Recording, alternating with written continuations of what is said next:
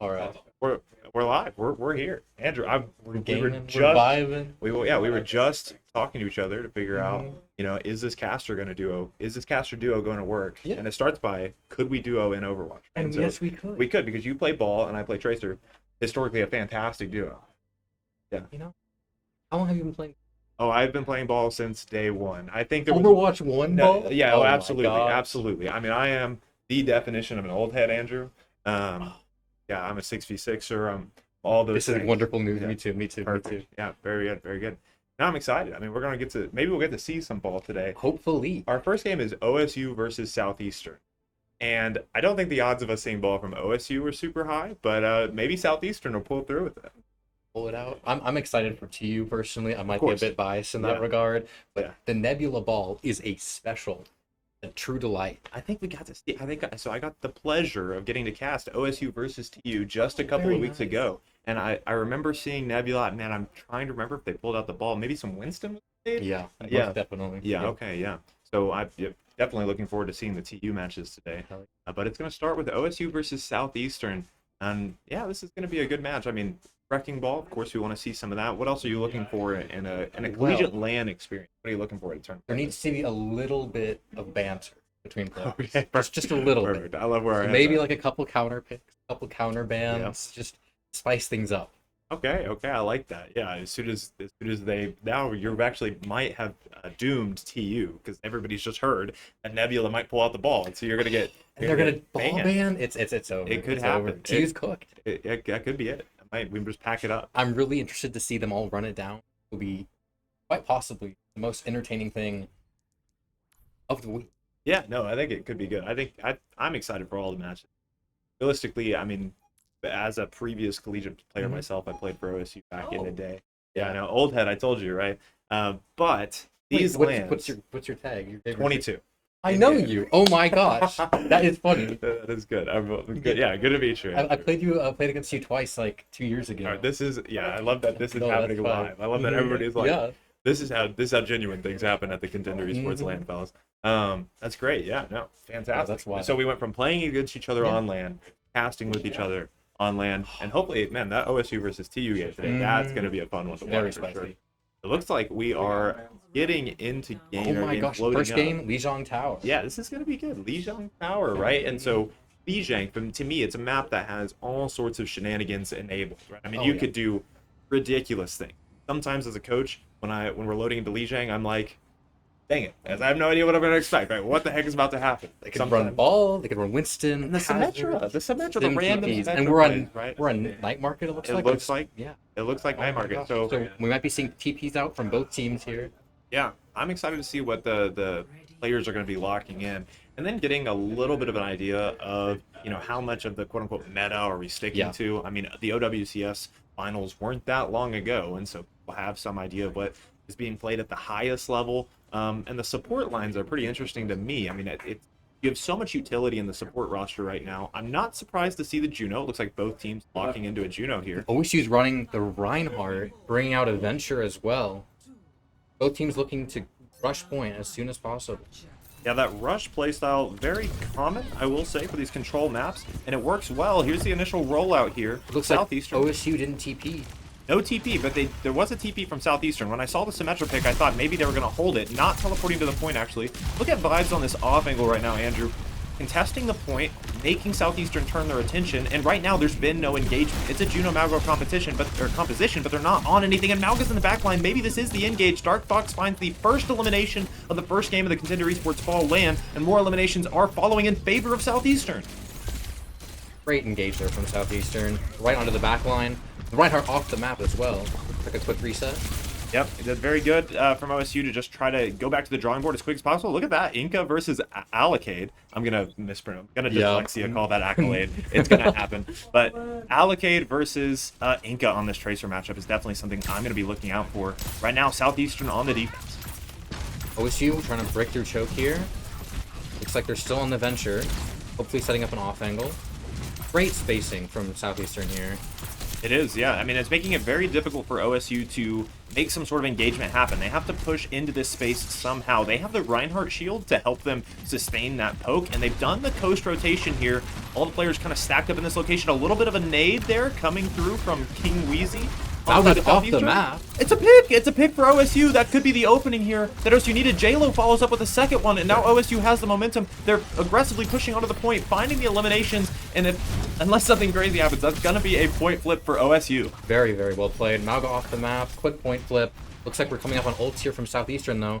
Southeastern ahead of Fuzzball here on the Nano. See a bit of a Nano engage. Yeah.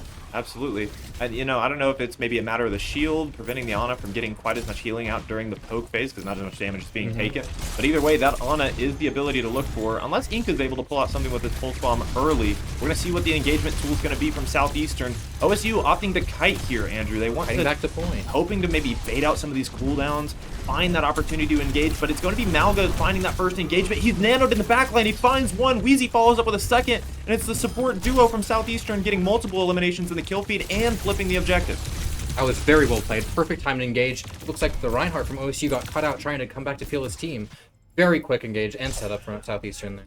I'm worried about vibes right now. Andrew's stuck on the on point. Looks like is able to get out. Venture is such a high survivability character. Oh, and here's another coastline. Huge sweep from Wheezy here onto the Reinhardt. The cage and the cage follow up. Do we see a Nano here come out? Do we see a Nano? One elimination falls for Southeastern, but this is getting messy very, very quickly. And the shatter, and the invested. Is it going to get used? We're on the coast. It's laid down. Finds an elimination on the King Wheezy and sets up another one onto the Cassidy for Southeastern. Multiple eliminations, but is it going to be enough? Genji traded out for Southeastern. And looks like the Juno ult to retake the point worked in there. It did. I mean, oh my goodness, what a cluster that last fight was. Ink is in position on the Tracer to hopefully find a touch Getting here. marked by Genji. Does trigger overtime, though. It's a window of opportunity for OSU to find the touch onto the objective. Looks like Inka's making it back to point. Second touch. We have Allocate with a pick on Brig. And there's a pick onto the Cassidy player for Southeastern as well. Looks like a point flip coming through. But I don't think they have the numbers, Andrew. Southeastern are slightly ahead in this team fight, so if something doesn't turn quickly, that's going to be it. Allocate on the Genji. Getting up the fight. Multiple eliminations there. It's just one more touch.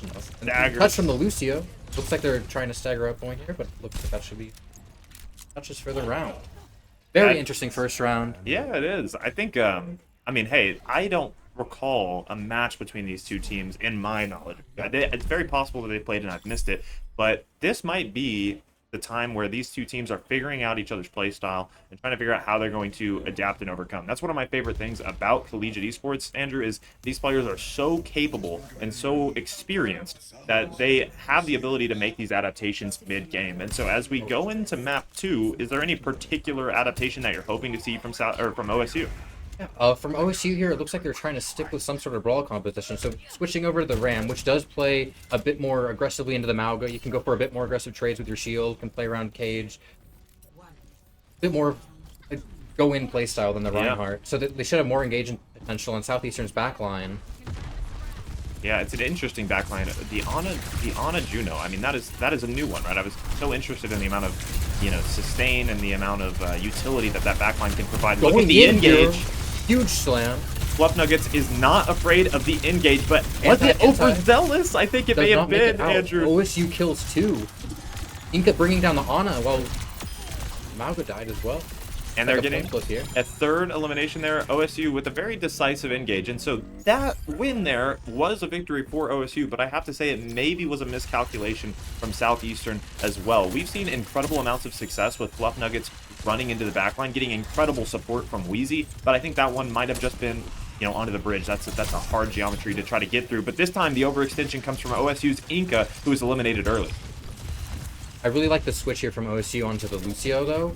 They can kite way better against the Mauga, and I think that's why Fluff Nuggets got caught off guard there. Trying to engage onto that Lucio. It's going to be a turn onto the Ramacho, though. He's burning. He's low. Huge anti. But the elimination goes on to Fluff Nuggets. Again, a Fuzzball with that anti-nade there to Allocate killing the Ana. Find that elimination. Ramacho low here. We cannot really walk in. Ramacho's down as well. Very winnable for SE. Racer forced recall. all of the shenanigans that are taking place are happening on OSU's time. OSU is still in control, so the longer this fight goes on, OSU's not too upset with it. That being said, Southeastern finally turning that kill cam blue, and it's going to be a point capture for Southeastern. Nearly a 4K from Allocate there. The Genji player from Southeastern is absolutely putting work in this matchup. But look at where we're at right now, Andrew. We're back on the bridge, right? This is where Southeastern previously fumbled the fight. So are we going to see, you know, maybe a little bit slower play style as OSU tries to find the engage? Engaging through bridge, very, very difficult. Huge damage on the Mauga, and it looks like Ramatra here burned E and shield. OSU has to slow way down, but it looks like they have farmed a lot of ultimates to retake this point. An incredible amount of ultimates. The tools are there, but ultimately it all comes down to how a team is able to use them. Here's the engage coming through from Southeastern, despite their ult disadvantage. Pulse bomb on SE's Ana might turn the fight. It's going both ways for eliminations right now. Ultimate still being invested. Fuzzball using that nano, and Inca does find an elimination off the back of the space that it makes. That guy known finds another, and another with this Ramatra ult.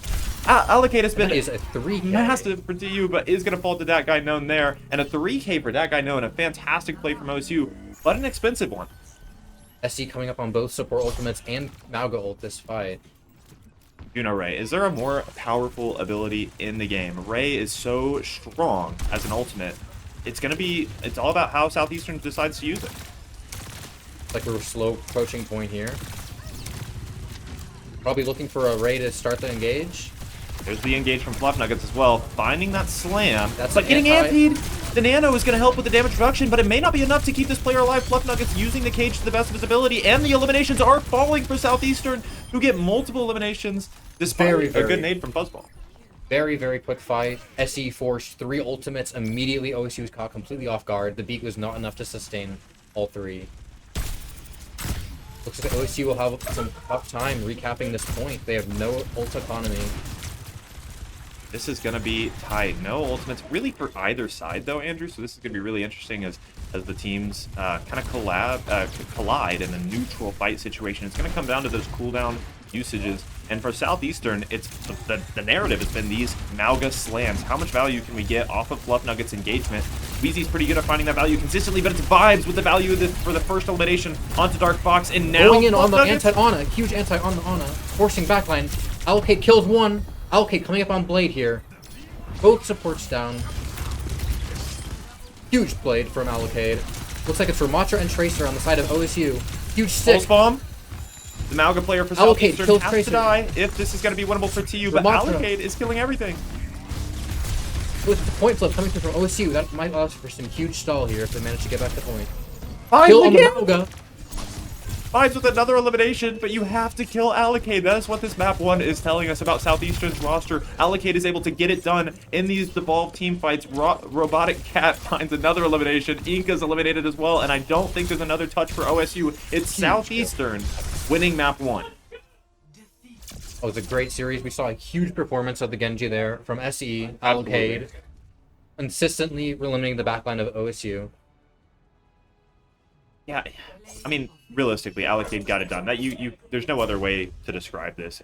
The Genji value in these devolved team fights was absolutely massive. Even here on map 1 there, Night Market, where OSU was running the Brigitte, right? A character that kind of, I don't know, I refer to as almost like a Band-Aid character. She puts bandages on all of the silly little things that happen around the map.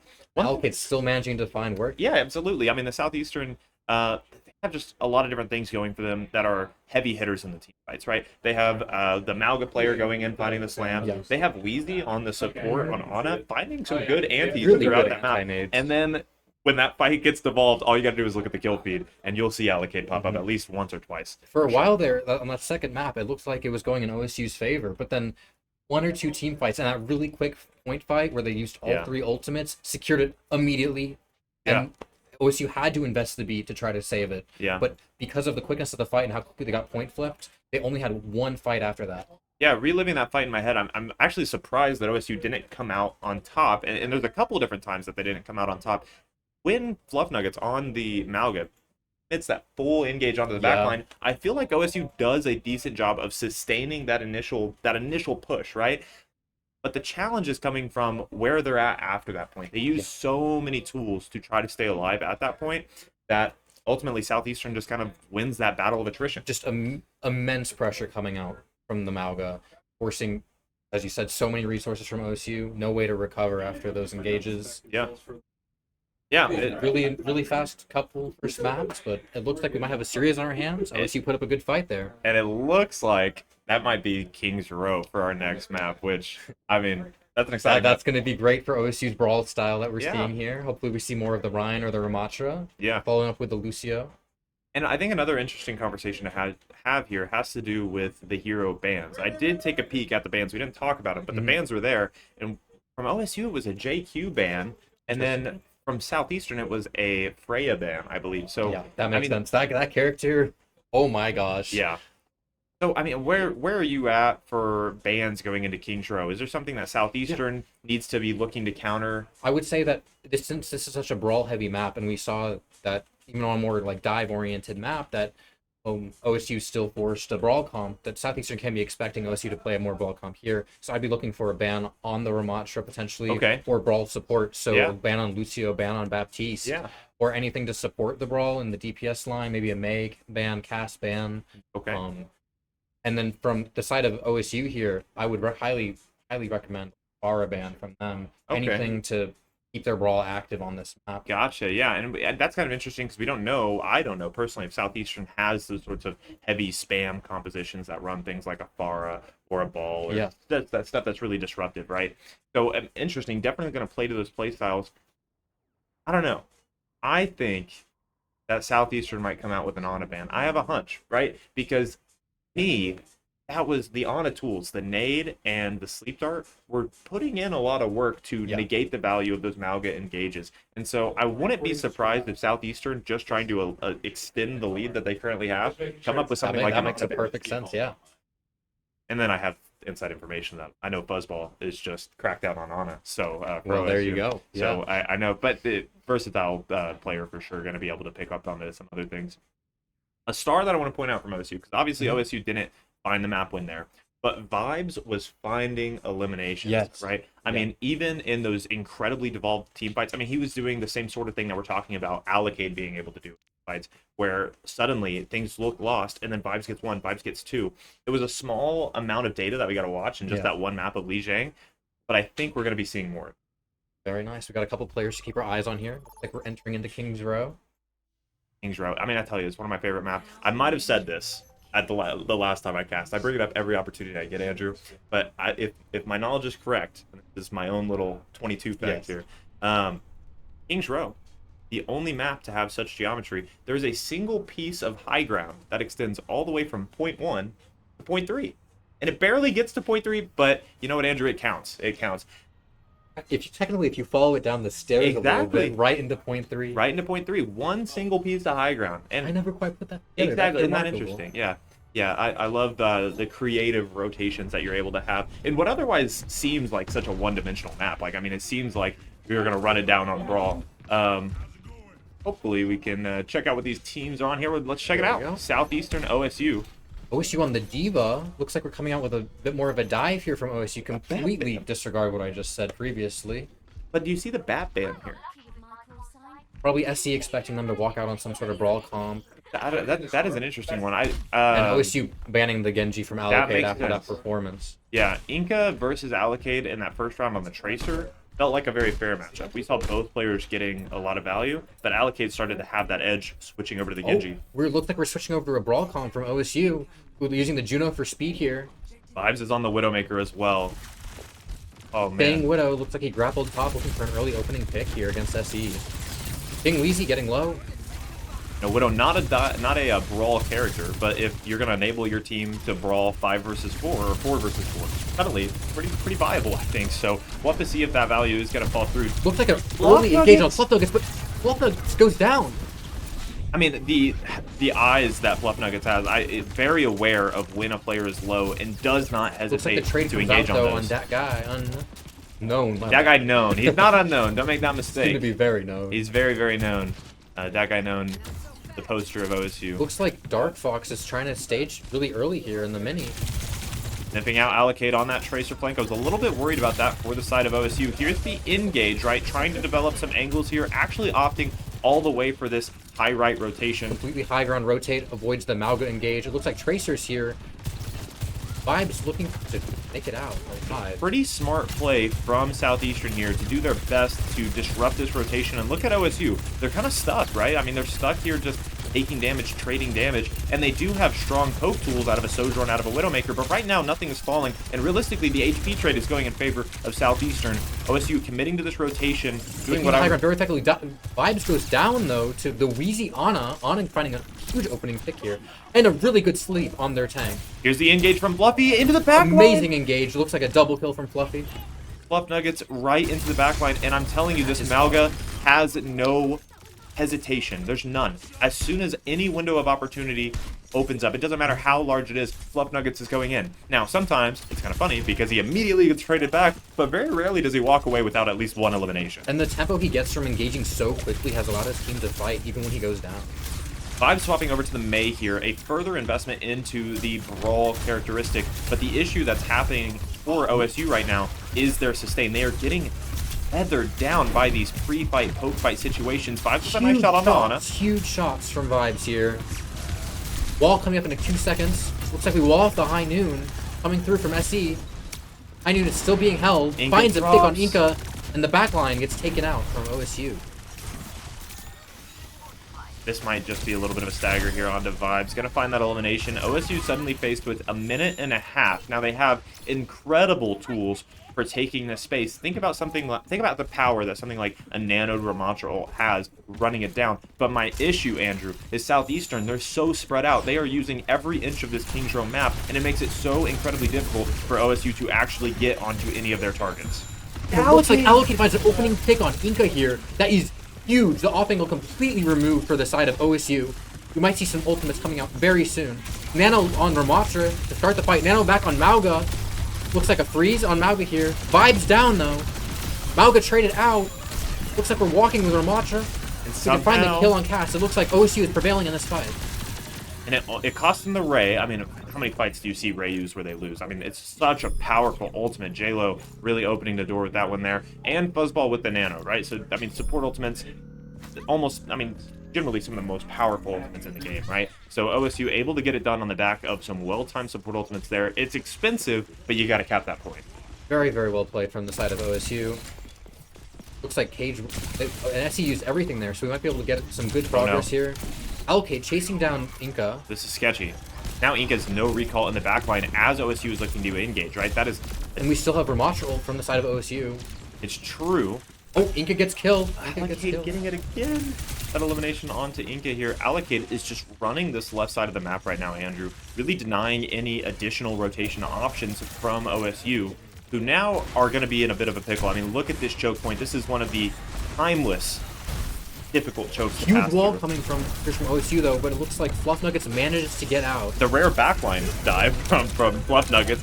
Ram getting, I mean, we can hear him on land here, Andrew. They are calling that Ram. They want him eliminated, but it's going to be that guy known finding the elimination. It's a big one. And the on Ram is Allocate. still alive, still has ultimate. That's a High Noon coming out. Amped High Noon. Speed. Oh, perfect elimination. They needed that kill to secure the fight. Definitely, but I don't think it's over yet, Andrew. Looks like this we're is still having a really tough fight. It's devolved. It's messy. Inca able to dodge that slam there from Fluff Nuggets, but OSU quickly running out of wind in the sails here. If they don't find an elim, they do. Looks like Vibes picks up a kill on Wheezy. Huge flashbang. And the shots. Gets the shot there onto Inca, Fluffy but does Vibes go with down. another one. Fuzzball finds one. I mean, what are these names? Fuzzball versus Fluff Nuggets? It's the fight of the century here at the FalLAN. If you know, you know. Southeastern OSU. OSU has the ult advantage here. I'm looking at Robotic Cat and J-Lo on this Juno matchup, right, for the ult economy. Robotic Cat is actually a little bit ahead, but who ultimately is going to be the one to press this button first? Because I don't think Southeastern's going to let up this point. There's also the Nano Boost involved for Southeastern as well. Which team's going to press their ultimates first? Let's see. Nothing yet. Huge anti coming out from the side of SE. And Flop Nuggets finds the other! Misses the slam on the Ana. Huge sleep. Nano is denied. The Nano has been invested here. That guy still has this Ramatra ult, and the anti's gone on to Flop And Nuggets. an anti. Huge ult trade. And I think Vibes can switch spawns, doesn't need to take the walk, because OSU have secured point 2. Again, 30 seconds, 40 That's seconds. the It goes second down to the time wire. we've seen OSU beat SE in the Ana and Juno ult trade. Looks like SE is coming to switch over to the Kiriko here for third point. A bit more poke, a lot more off-angle potential. That's true. Yeah, definitely going to be able to contest and use those high grounds that I think mainly, though, the Fluff Nuggets keeps getting antied, and that's what's killing him That's here. true. And that's kind of what I was expecting with something like an Ana ban here, because the fact that Fluff Nuggets didn't get that elimination on the previous engage is kind of crazy. Here's a speed ring engage. It's one of my favorite engages, and it's going to find that guy known. I just prefer to see it for OSU. It looks like Inca is making it out. Inca made it out. That's huge that he doesn't stagger there. He can set up a quick off angle. We're looking for a pulse bomb on SE's backline, most likely. Truthfully here, I think the play for OSU is maybe run it down, look to either run it down fast and just call it a dry fight, or maybe play this one slow, let Southeastern use their cooldowns and see if there's a window of opportunity to properly engage. Any ultimates out of Southeastern while they're farming theirs. Huge healing on Inca here. Goes for the pulse, misses the pulse. Allocate out of there. Fluff Nuggets still alive. Looks like Suzu was forced from the side of SE. Huge cage, but traded back with the Blizzard. And there's another huge Blizzard from Vibes. The elimination onto the Cassidy, looking for this Juno as well. It would be a massive elimination. Does he get it? Does he get it? Oh, that would have been insane. Fade away there from the back line. And OSU, they're closing into the final meters of this point. Can they get the full capture on King's Row? It would be a strong performance here on their attack. Southeastern don't have many ultimates available. That guy known. Into our last fight though, with only 30 seconds remaining. That guy known coming up on their ultimate. Huge first pick. This is big for OSU. The Ramatra from Southeastern walled off now, but does find the elimination on the Vibes in either way. Here's the annihilation coming through from that guy. Does find the elimination onto the Ramatra, and now is dedicating themselves to the objective. They just have to push this, and how massive would it be? Can they cap it with time? It looks like it's going to happen. Oh my Andrew, God. that 10 seconds left. 10 seconds. You know how important that 10 seconds can be in these really, really close matchups. That can be the difference between having the ability to win a map or being snuffed out with only the opportunity to draw. But are they going to let Southeastern get into a point where that's relevant in the first place? Is Southeastern going to be able to make the full cap happen here? One thing I do want to quickly touch on, we got to see it in that last fight. We got to see a little bit of a skirmish between Allocade and Inca. Yeah. And then Inca, thanks to the support of his teammates from SU, is able to save recall a little bit longer, able to push through that side angle. But as soon as Inca does make it to Horseshoe, right, the area with the Mega on point 3, he's immediately faced with a Cassidy, right? So that one little snippet of information that we got to see, I think demonstrates how difficult it is for OSU's Tracer player Inca to develop any off angle. He's getting matched so consistently. Yeah. And we see a huge composition switch here on the side of SC, going full brawl with a Bastion and Cass. Might catch OSU completely off guard here if they're expecting a Mauga engage. It's funny because just because this is the fact that this is the first time I've seen Southeastern play, I've created their entire identity around this Mauga composition. Yeah. And so for me, it's like, oh no, they're on the back foot, they're swapping. Now, that being said, Fluff Nuggets could be a Ramantra one trick who just pulled out Mauga for the first time in that last map. We have no idea. I am honestly quite interested to see the Ramantra here instead of the Mauga, because you'd think the Mauga can find those really quick engages on attack. It's an investment into sustain, right? Fluff Nuggets is going to be able to live longer, and Wheezy is going to be able to help sustain those antes. But is that the playstyle that Southeastern needs? I feel like they have the ability to be the one throwing the punch. Here, they're looking to catch the punch and sustain it. We're going to see how that goes. They might go Ramatra here over the Mauga to let Wheezy have a bit more of an off angle, be able to DPS more. Could be. Absolutely. Inca holding that high right side. Baited out nade. They do trade ring, though, so they're just going to be a slow engage here from SC, but they might walk with Bastion for him. Okay, taking the high ground for free. Look at this. Look at this. No breaks Does on not know that Cassidy. Tracer is behind him. Buzzball has made the rotation here, Looks but like Wheezy's with them. This is an insane battle for the back high ground here, and there's an entirely separate fight taking place. That sleep doesn't land. This is going to be devastating. Forced to drop. OSU forcing to do the full rotation. Oh, huge shots. On a dead, looks like the complete map flip from SE. Pays off very well here. If you're gonna run a Kiriko, that is my absolute favorite way to run a Kiriko. I love what Southeastern was able to pull off with that rotation. Allocade would never have been able to do that alone. I mean, he's a fantastic player who's getting the eliminations, but that additional support that Wheezy's able to provide, who else can stand in that type of location on the back high ground? An incredible heads-up play from Southeastern that's gotten them 2 ticks. is managing to find a recontest but here, there is a re-engage. Inca forced out. Are they going to get the touch? OSU? Does not look like they can get a touch here. And Too this much could be, pressure coming through from the side of SE. And the eliminations coming through after that point cap is devastating. That's going to send some OSU players all the way back to point 3 for that respawn. It's going to be very difficult for OSU to get this re-engaged. They're not going to be able to hold some of the hardest choke points on this map. And honestly, looking at Southeastern right now, they have this Noon available. They're running with the Juno. Huge slow on that guy. 1 HP. CD's fully forced. That was nade. Oh, OSU is completely down on resources now. They have no ability to walk on this. It looks like they're still trying to force a walk. We might see ultimates coming through. OSU able to throw the first punch here. Blitz down. Finding 1, finding 2, and Vibes is opening the door for OSU when they needed it the most, giving them this opportunity to play the choke, or maybe even push their spawn. They're looking for the elimination on Kiriko. Inca finds it. Allocate, excuse me, now the one being in the crosshair of OSU, and they get multiple eliminations. The wall off for the ego, and it's a reset. Extremely well played by the side of OSU. Realizing that they're down on resources, they quick invest ults while SE overextends to try to secure an elimination. But SE was in that fight 4v4. Even though OSU is down Inca at the start there, you had respawns coming back from both teams, and someone's on point. Speed Noon, I'm calling it right now. They're going to look to take as much space as possible with this high Noon. Uzi coming out. There's the Kiriko. They're trying to full kite. The right-click master here. Allocate is getting it done. Oh, the nano ram! Wolves in. And the ray! It's expensive. It's an expensive way to get it done, but OSU absolutely going to get it done. I don't know how I feel about that one, Andrew. It's a huge commitment. Investment. But they got it done. It looks like they managed to get almost all the kills here. The Kiriko might be able to make it out. Are they? Oh. I kind of hope OSU turns this all the way to a spawn camp. I don't think they're going to. But after that amount of ult investment, I mean, we need to start building up ults immediately. SE did invest 3 ults as well.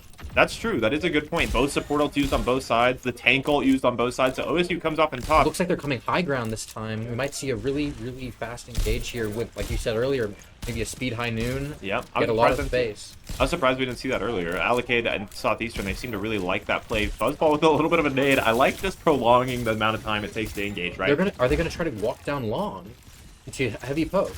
Looks like they're walking down. I would not recommend that. I think their best bet would have been a rotate back to main, but they're still staying in, and Vibes is absolutely eating off of this decision from Southeastern. Someone multiple eliminations from the May. Allocate finds a pick, but it looks like OSU's not too concerned. They're going to be able to get this last elimination, and the ultimates are building back up. We're halfway to our support ultimates again, and our DPS are back in business. Southeastern, they really lost before it started in that last fight. They weren't able to use recognition from their Vibes, ultimates. being able to poke down long, get 2 picks before the fight even starts. All right, what is this engagement going to be? Because Southeastern, incredibly capable, but they've really been snuffed out in these last couple of fights, so maybe that overinvestment wasn't an overinvestment from us. It was exactly what they needed for the tempo. Now we're looking at a male that can completely zone SE from this fight altogether. Big shots landing. Here's Allocate with that high noon. The pulse bomb's going to take him out, though. Inca. And the Vibes May wall wasn't going to let that value come from the high noon in any case. Now Bastion gunning it down on the main angle, but he's anti. The Ramatra versus Ramatra front line, some of the most exciting Overwatch you'll ever see. And there's the investment of the Blizzard from Vibes, finding and leading to multiple eliminations. They are keeping up this tempo as much as they can. Inca making sure Vibes maybe a bit of an overinvestment there from Vibes, because now we're down on ult economy for OSU. But it looks like SE's coming up on both support ults, and OSU's behind on the Ray. We might finally see a good flip here from SE. Yeah, we're starting the fight with Bastion off the spawn. This is early. Likely a switch coming through. It could definitely be a switch. Yeah, speed ring onto the Ana. Ana's not going to get eliminated there. So what is that switch going to be then? I mean, we're switching to Cassidy and Venture. Okay, we actually moved Cassidy players. Venture here is incredibly interesting. Going to provide a ton of sustainability, a ton of new off-angle opportunities, and look at how aggressive Inca's being right now. All the way up in their spawn, Weezy looking for an angle on high ground. Maybe the Venture is there just to contest that Ana, because one thing that Southeastern has lost without the Mauga is that ability to contest Mauga. The Ana, Mauga gets antied, excuse me. That guy known popping the Annihilation, finding multiple eliminations. 0 kills coming through the side of the SC, a complete team wipe from OSU. Wow. 2 ultimates invested though, and we're going to see the return of SC's own ultimates here. Yeah, big support ultimates too. And then another over to a Somber Tracer. We're going for a very, very fast engage. Mauga, very, very fast engage here from the side of SE. I think Ana's in the crosshair. I think that's who they're looking for. Early pick on Allocade. Huge kill from Inca there. And they're running it down! They're not going to stop. OSU's taking it into their spawn with 10 seconds left. And an anti on the Mauga. Mauga's 1 health here. Huge stick. The Ray is big for Southeastern, but just not big enough. Kiriko in the back line is going to fall as well. And OSU, they're taking control of Kings Row, finding the eliminations and evening up the series 1-1, despite the best efforts of Southeastern. Extremely well played there from the side of OSU, taking the early engage, forcing an early trade of ultimates from SE, and finding tempo with the Ray. That was perfectly made. That time it was OSU that did not hesitate. Inca got that elimination, and really, what an elimination Inca needed to find, because he had been losing some of those allocated matchups, and asserting that matchup for OSU, and then immediately responding by pushing W all the way into the Southeastern spawn. And a great play here by that guy known. These were Mantra ultimates, the Annihilation, devastating. He fully understood the tempo he could generate with his ultimate and paired it perfectly with both his supports. The ult cycle that we had going on there kept SE fully trapped at the Toka second point. They could not find a way to break through. Yeah, I mean, be fair. Like the Streets phase for the playstyle that we saw from Southeastern on Lijiang, where they're looking to engage with the Mauga and then create some kind of off angles, it's harder.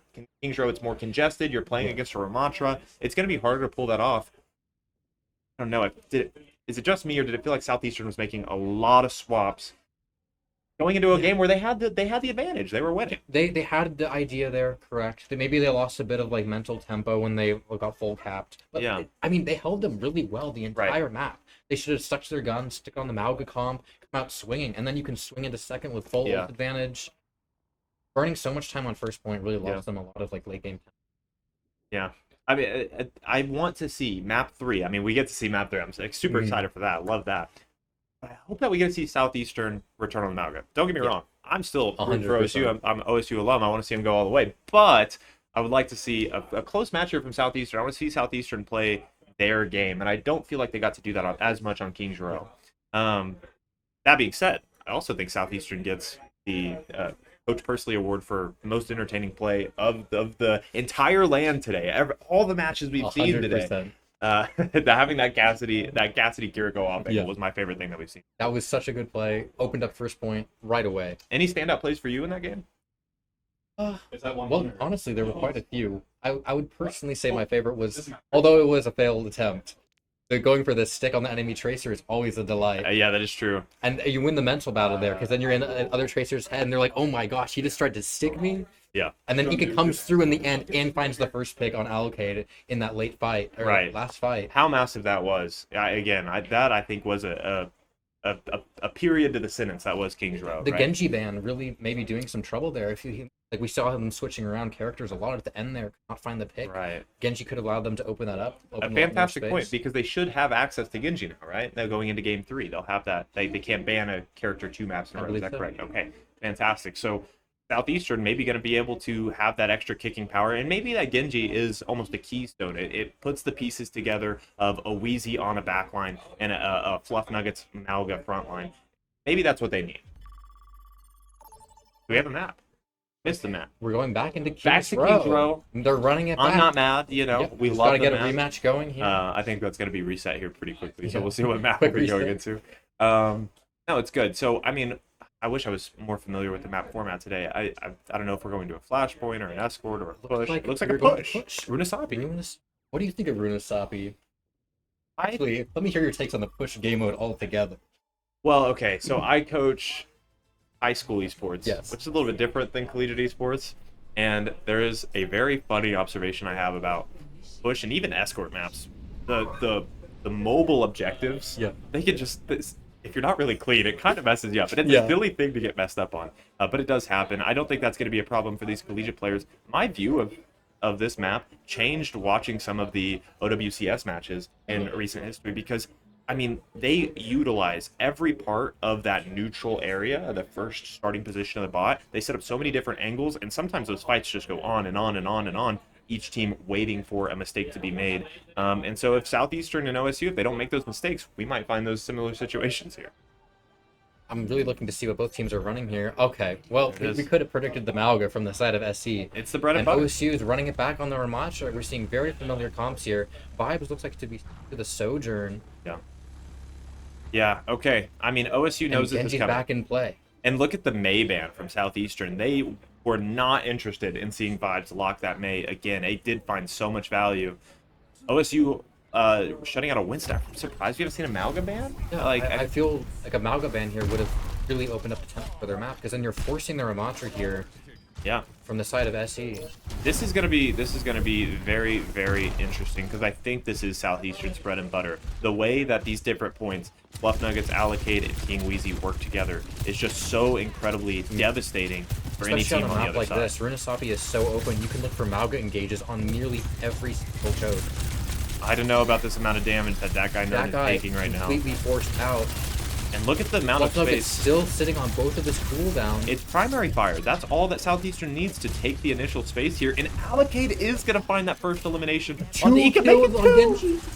Oh my gosh, this guy's Genji is something else. You see him opening up the map right away for the side of SE.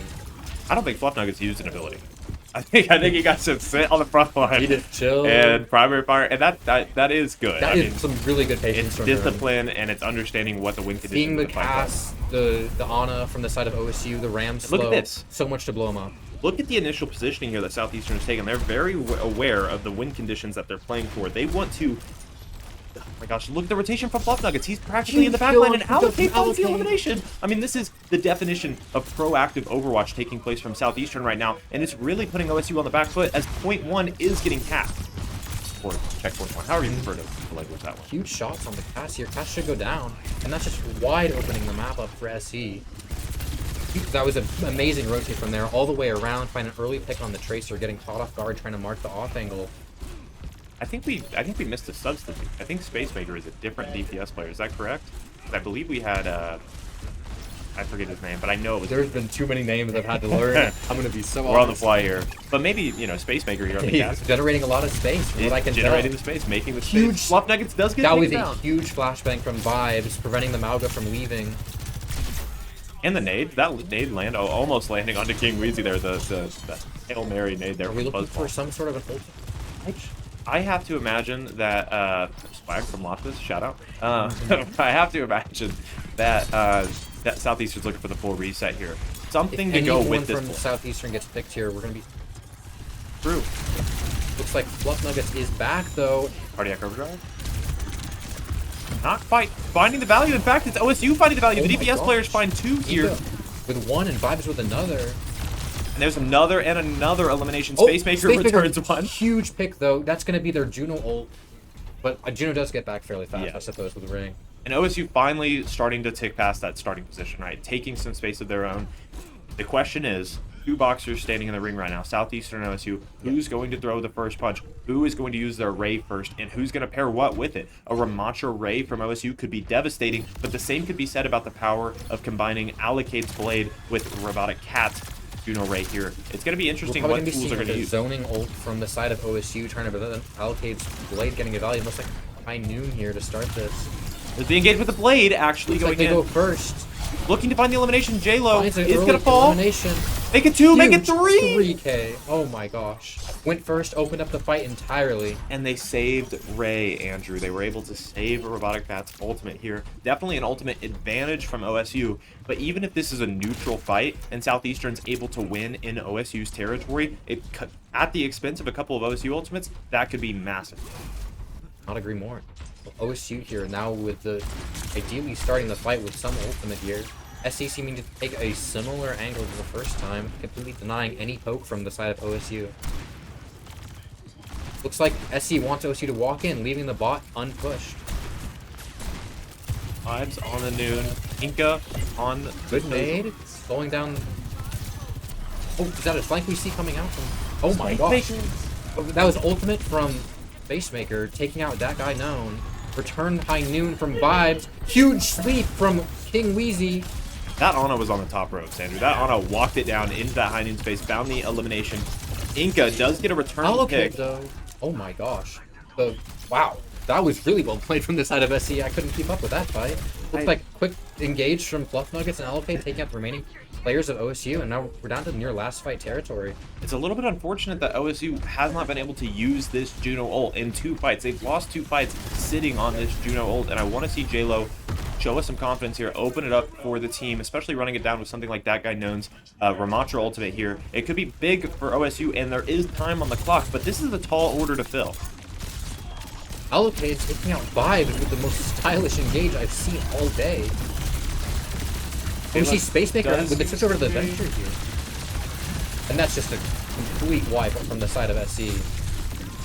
OSU using the Ray there, not finding the value that they were looking for, and ultimately it just comes to who's in control of the tempo. That's been every single map in this series, and right now Southeastern are wearing the captain. They're in the captain's seat, right? They are diving in first with Allocate. They're using the first Ray. They're throwing the first punch, but the hinder! Huge hinder coming from Vibes.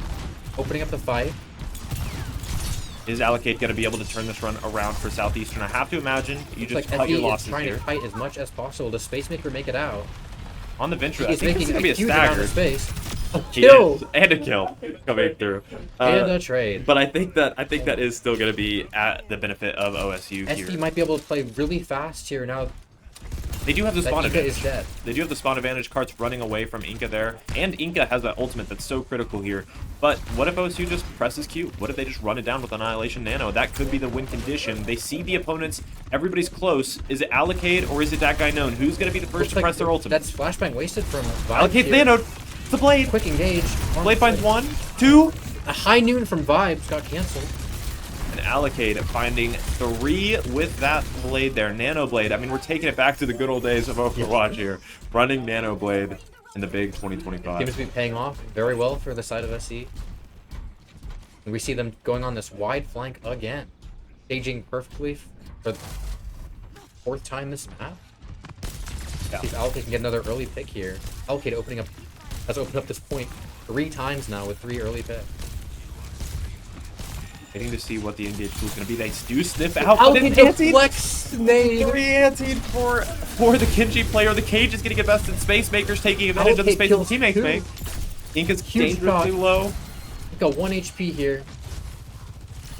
OSU have to figure this out right now, Andrew. Allocate killing another. If With OS the 3K that fight. If OSU does not make an adjustment, then the writing is on the wall, and they might only have 1 fight to make that adjustment. There's no ultimates available. Inca's swapping to Tracer for the touch. We are meters away from a Southeast victory in the first round of this tournament today. Who's going to find the first pick? It's Allocate engaging onto the backline, onto the brig, but Space Maker finds the first elimination. The amount of space Allocate's creating on this flank here, and Inca could not find the... Oh, C9. so much space created. Space Maker living up to his name. Allocate on the off angle there. Inca could not find the trade on the back line. Okay. Well, first we have to watch this. Look at this. Yeah, Allocate naturally. Blade. Took it all the way. I mean, this was a player that was absolutely getting it done. Oh my gosh, the wall climb cancel. Oh. I mean, we're watching some classic Overwatch clips right now. Yeah, exactly. No, that was fantastic. A very, very great game there from Southeastern and OSU. How great is it that we get to go to map 3, right? But I will tell you that Runa Sapi was absolutely Southeastern maps. Yeah. Their positioning, everything. They were on top of it. They Had that smooth. map completely downloaded, knew exactly what to do at every given moment from what I could tell. The couple fights they lost were good old usage from OSU, or good trades coming through, maybe a bit of overextension from SE, but all in all, full cap on push. Yeah, I will say, LAN Collegiate Tournament. OSU, TU backgrounds, right? Yeah. What I always said on these LANs is if you're going to lose during the round robin, because you Yeah. can find each other again in the bracket. And I'm as soon as we're done here, I got to go check out the bracket. We had another match going on between TU and RSU. We have to see who won that. Oh my gosh, it's going to be good. And more Overwatch coming on the stream today. Yeah. I would say we'll be right back, but our production chair is empty. So, So- I think we're just going to yap for a little bit until somebody. Yeah, I we're think we're in, just chilling we're here. in Yapper prison right now. Well, amazing weather today out here Right. in Oklahoma. Oh my gosh, out here on the plains. Right. I will ask. Are we missing something? Why was there no Mauga ban coming through from us? Not being able to ban the Genji, you have to ban one of their other strong picks now that bans are a thing. You have to ban that Mauga, prevent the Genji engages with the Mauga dives. A really good ban from the side of... I get you. Who did SC ban We again? just went. Sorry. No Who did worries. SE ban Yeah. on the last map? I believe they banned. Was that May. It was May, right? They And wanted then- to shut yeah. down the vibes. Oh the my vibes gosh, May much player. better ban there from the side of SC. Yeah, I agree. The bans are definitely going to be a consideration, and Allocate is going to be a player to watch Andrew, any last words as we walk away from game one today? Well, I must say that as a TU advocate, I'm very excited to see what games you might have in store for us today. That being said, that was an amazing first match. We go to a game three, Yeah, absolutely. OSU and SE, SE coming out on top. Yeah, what a great game. Thanks for casting with me, Andrew. It was a Yeah, it great was a time. pleasure. Can't wait to see more of these matches. It's the FalLAN, if you know, you know, hosted by Contender Esports and TU. Thanks for tuning in. More Overwatch is on the way. Oh my god. I got carried. No, you did great. Well, you have good knowledge of the game. He can set you up. Look good. Good catch. Great, man.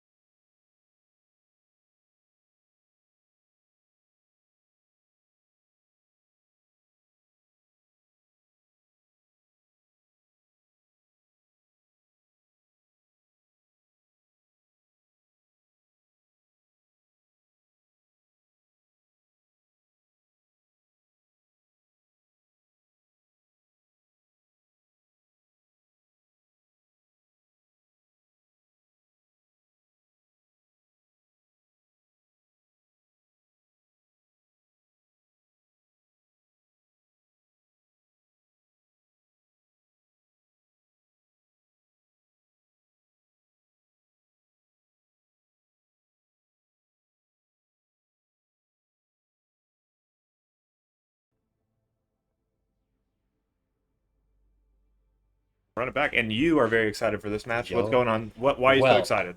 Looks like we have TU versus SE. My homies from TU here looking to secure the bag. They're either going to completely throw. No. They're going to try regardless, but they're either running it down or winning.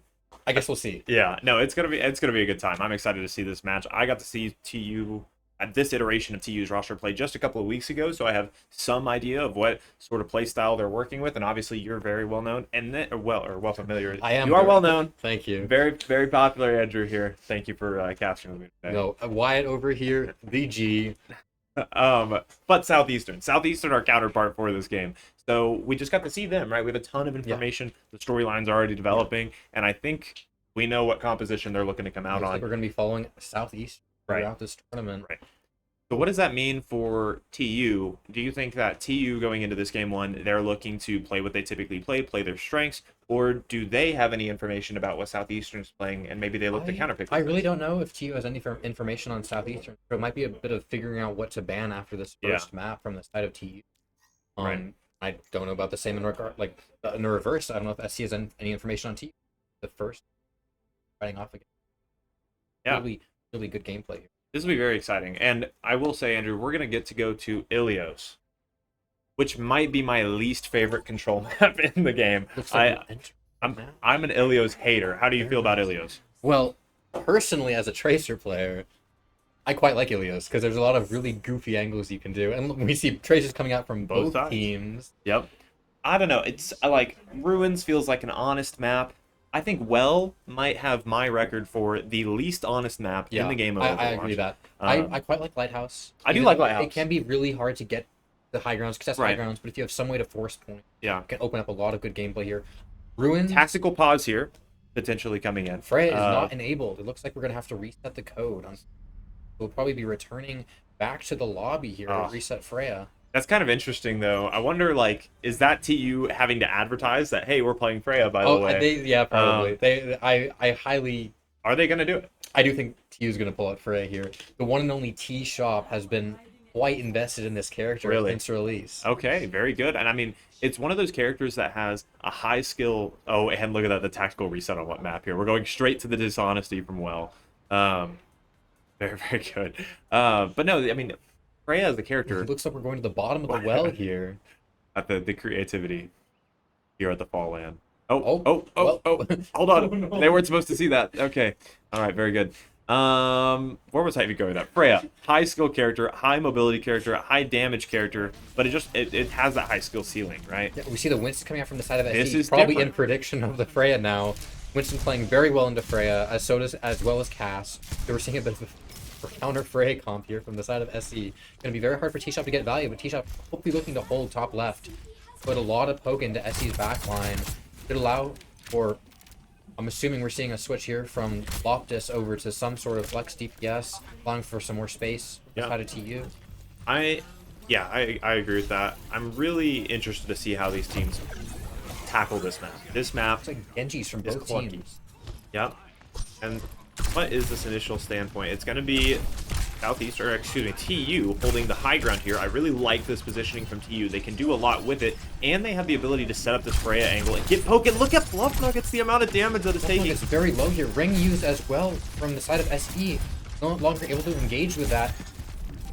I am robbing this. I want you to know right now, I am stealing this setup from TU for any team that I coach because I love this so much. No eliminations falling yet. There's actually the engage. Huge it's dive, the dive from... Oh my gosh, huge dive from the side of SE. Looks like a quick first fight here. T-Shop does return the kill. And that is going to be the eliminations falling in favor of Southeastern.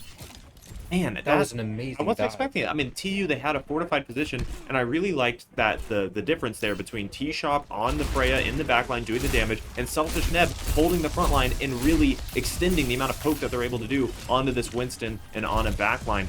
TU now tasked with a tall order of retaking on Well. It's like a good wall there to zone any sort of support that Winston can have here. Fluffdog gets 1 HP, completely killed before the fight even starts. Fast point flip to 0 ults. 0 ults coming through. TU in control now. It's a lot less demanding, you know. If we get the picks, great. If not, we're chilling because we have the point control allocated. And a late kill on the Very Genji. late. That's going to be at least 30% here from the fight of TU, and being able to farm ultimates with the Genji out of the fight.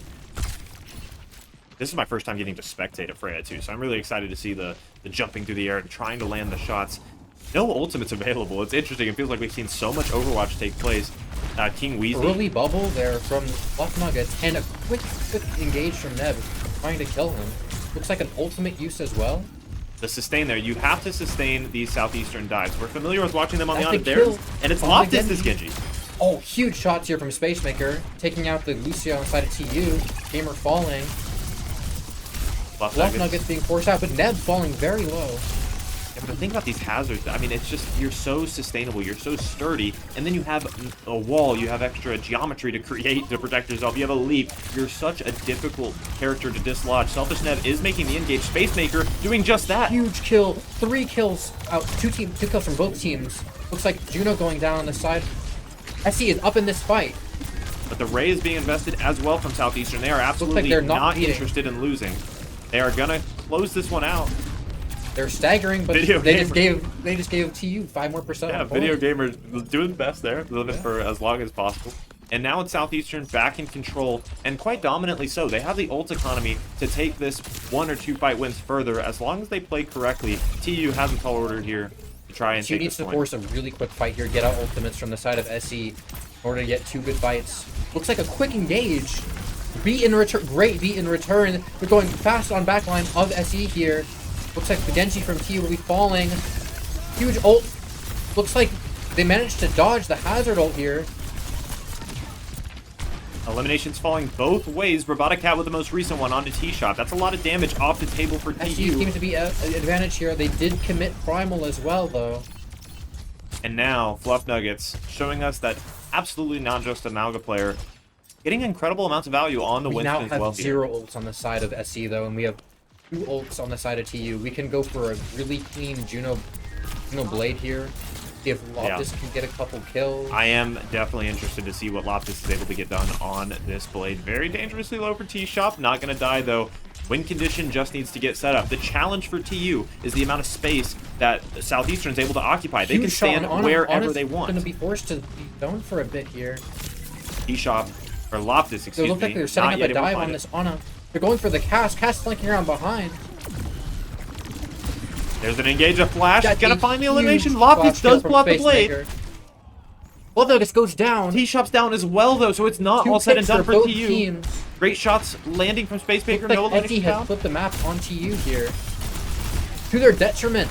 Neb finding 2 really good kills here. Do they have touch? They do have touch. Looks like it's just the Ana and Winston from the side of SE. They're going to force some points to 99. Neb Spacemaker's down. looking but for a has the quick engage on the Ana, but he gets naded and slapped, completely blown up.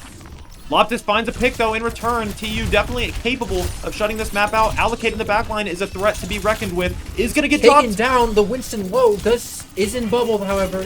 T-Shot Kill has on the ultimate. Genji. It's used. It Huge finds one. ultimate from the side of TU. T-Shot finds 2 kills, scrappy point fight. This has been scrappy, absolutely. I mean, at this point, it's who's faster, who can continue to contest this objective. TU looking to close it Look at out. the hazard coming back to point for the side of TU. And there it is. There's a C9 from the side of SC. Could not find point presence. Ooh. B coming through anyhow. Almost had 99 to the Juno ult from the side of SC. Yeah. Yeah, those support ultimates landing, it could have spelt an entirely different ending to that map 1. Man, game 3 in our first match here, where we get to see Southeastern go all the way, and here in map 1, round 1, we're 99 to 99 basically, Yeah. right? I mean 89. Very, it's very close close. first match. These matches are incredibly close. I am loving this. I mean, this is exactly what you want to see out of these types of LAN events. Competitive matches where adaptability becomes everything, and now that onus is on Southeastern. They have the responsibility of making the adaptations to respond to the TU We're playstyle. seeing a new comp out here from SC, the It's a Juno Pharah. Brig with a Pharah. Can be very good to play into the Freya, but Freya can kill Yeah. Brig really easily And here. the Pharah. I definitely feel like I favor the Freya in a Freya Looks like versus the Pharah first boss matchup. die is denied. Looking for a blow up on the Winston here from the side of SE. Getting very, very low. Spacemaker. Spacemaker Proving does me wrong. take out Freya. Ara and Freya, this is the caster's nightmare. Looks So like- we're going to make it work anyway. Spacemaker finds another, and now Fluff Nuggets has free reign over the map. He can push as hard as he would like to, putting the bubble down to help find that elimination on the Video Gamer. Maybe not, too. He's going to be able to Makes it out. escape. 2 quick picks from the side of SE, and TU is forced to back off. You definitely Looks going to have to adapt, and they do. clean shots from T top here, taking out the. Oh my gosh! It's athletic gameplay. It is. Hitting all of the shots. Fluff Nuggets completely forced out. Looks like Allocate is trying to stay on the backline here. Huge shot from T-Shop here, forcing so much space with the Freya. TU is forcing the objective. Andrew, I'm not sure that anybody's going to be able to contest. Yeah, and with the late kill on the Brig, this fight might already be over. What is Allocate doing? Allocate is still here. Really needs to reset. Somehow is going to be able to reset. I'm not exactly sure what I'm watching. Allocate goes from backline to backline, is finally eliminated by Loftus, and that's an expensive and make it more Oh my gosh, and the clean deflect from Loftus. That's a stagger. That's unfortunate for Southeastern. They're giving up some valuable percentage off of the back of a not so Looks clean like we're loss. switching over to a Tracer here, maybe some point pressure, some assistance with the Winston dives. But it's going to be really hard to play Tracer into the Genji and the Freya here. But Allocate can make work. Here's an engage. I like this from Fluff Nuggets. Huge bubble. But it's bubble forced on the side of SC. Now SC has the ability to go in. They have to chill. They have to chill for just a cooldowns second. are already back, and a quick kill on Allocate. Whatever TU is doing to shut down Allocate, it is working And some very, quick very well. shots on the Pharah from T-Shop. Facemaker taking down once again. Not finding success in this duel. Here's a couple of additional eliminations coming through. Primal looking for maybe a kill here. I don't Walled know. off. Bit of a desperate Primal. Not able to find a kill. Yeah, Does the Juno make it out? And I- looks like the Juno does get taken God. down.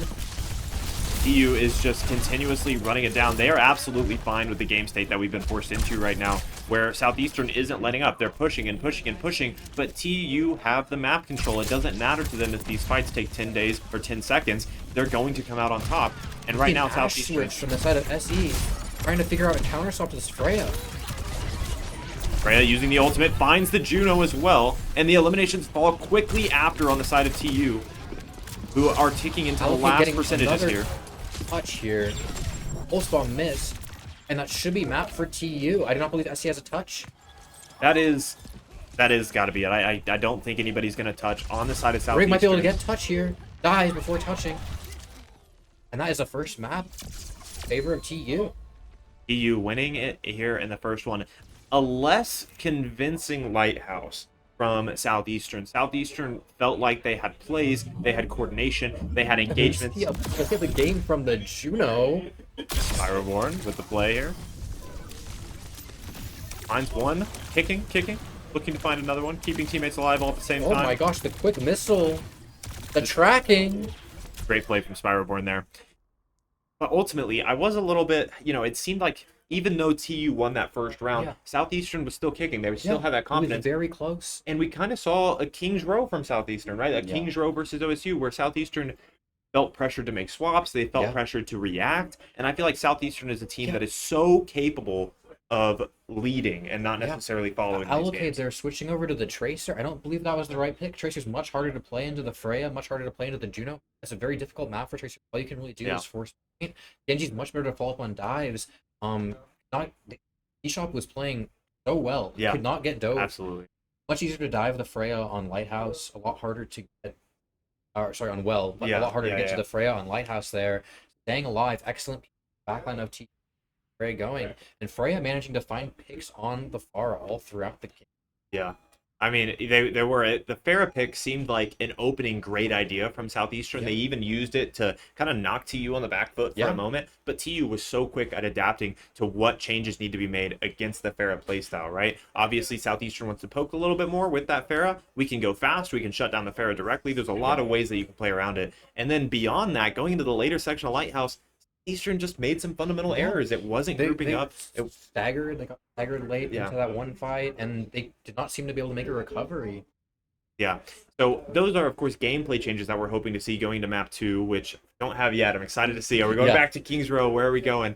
But if Southeastern's first thing to address is some sort of ban going into map 2, what conversation is Southeastern having? You have to ban the Freya.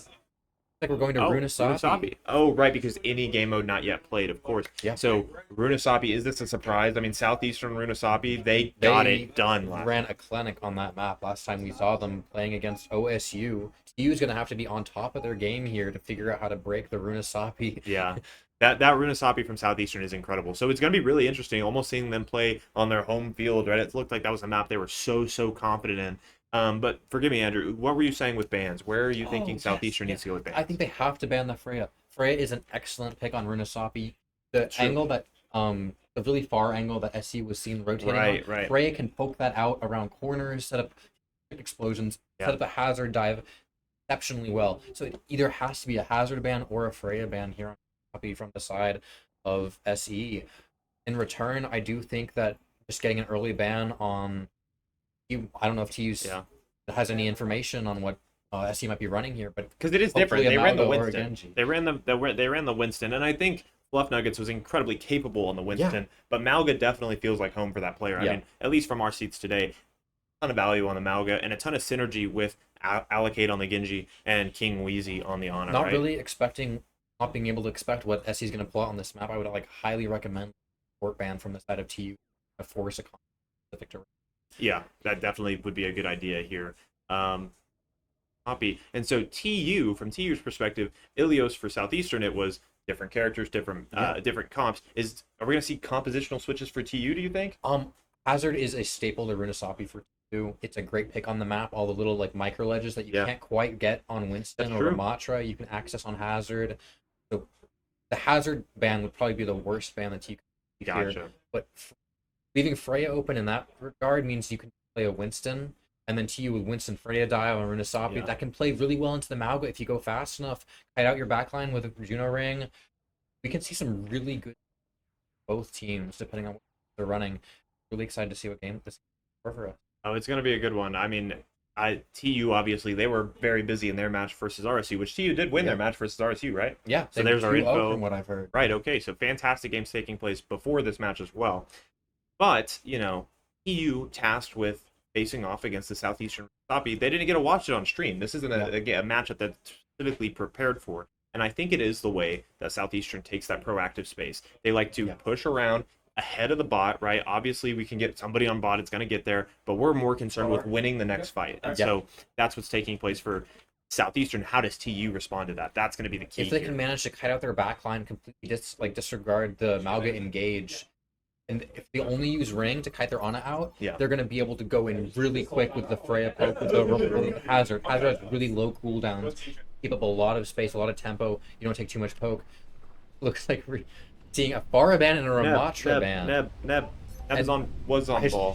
Balls from the side of TU. The Farah ban is interesting because they showed it and they got value. I do see it. Yeah, I understand it. Farah is very, very, very strong on this map and can be super oppressive on a lot of vertical angles. Makes sense to get a ban there. I would have preferred to see another ban, like I said, on a support to kind of force what composition he has to play. But TU also wants to play the Ana Juno, so they really don't want to ban either of those. Yeah. Yeah, honestly, could you just, Andrew, we got to talk a little bit between games. Your analysis of the Ana Juno composition was so strong. Can you maybe reiterate some of that? No, Ana Juno is currently a staple of the Overwatch meta because Ana, very long range angles. You can set up plays with nade and effectively set up a kill box anywhere you want. The weakness of Ana, though, is very low mobility. You can't rotate your angle very well. Juno can assist the Ana in rotating with ring and take a more aggressive angle herself, pulling off, putting more pressure on by taking a more vertical angle while also pulling threat off of the Ana and being able to retreat, combating some pressure there, being able to help the Ana, keep the Ana up, all the while supporting your team from range. Fantastic. It's a really, really great backline to support any dive composition, any brawl composition. Looks like we're seeing the Lucio variant, though, here from TU, meant to play much, much faster, especially with the Genji and Tracer. Dive DPS being supported by the Lucio is much better than being supported by an Ana in the neutral in the mid-fight. And Loftus was getting it done. I mean, the Loftus was very, very well contesting the allocate special. But here, this time, it's Selfish Neb getting found early. The anti from Wheezy. It's going to get traded. Good kill. Looks like they still have Juno up, though. Juno's still up. Now, it's just going to be about where the cards fall. They're falling in favor of Southeastern in this first fight. Fight from Southeastern. TU not recognizing the threat of the Malga right away. Malga burns through the hazard very quickly, and they're able to capitalize off of the tempo they got from that. Looks like the Ana is having to walk back there from the side of SC, and TU has a very fast comp. They can take a really quick fight here, and SC might have to leave for their Ana. Allocate getting forced out, deflect burned early. TU seems to be rotating in already.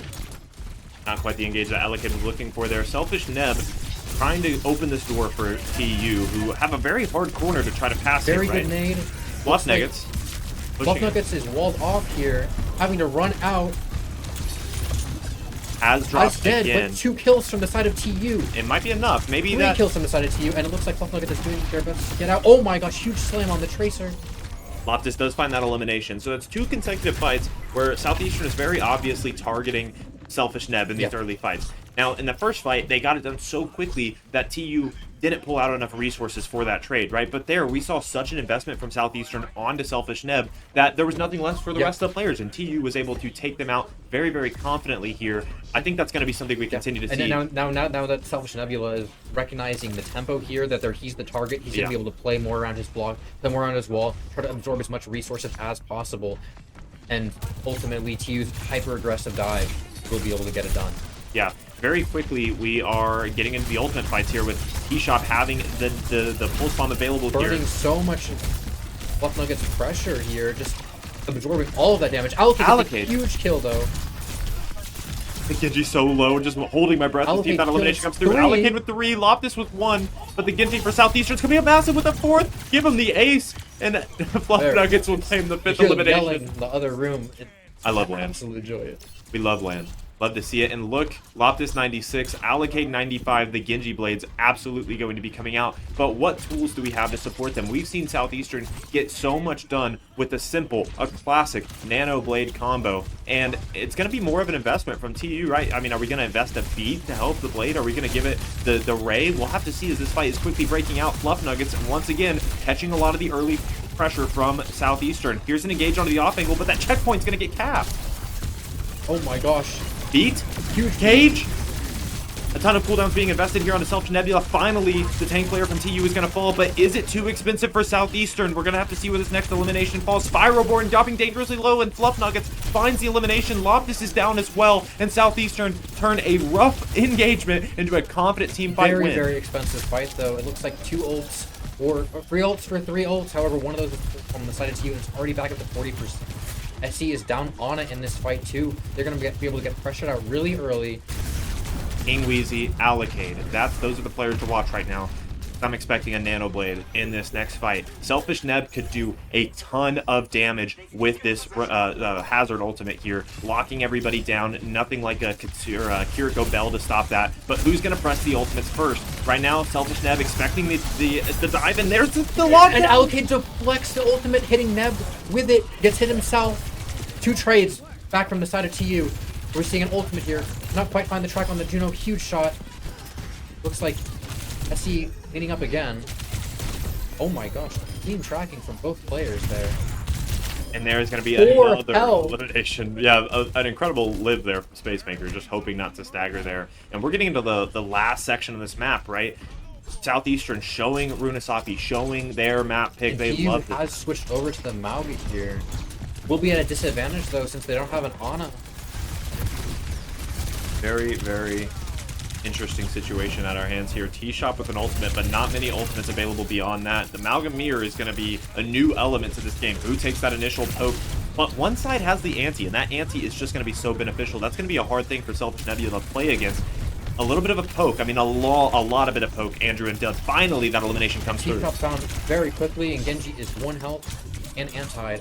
Allocate finds it. Finds the kill.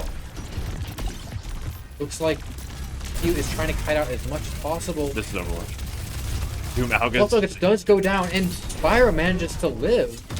Spyro not needing to be reborn in this game.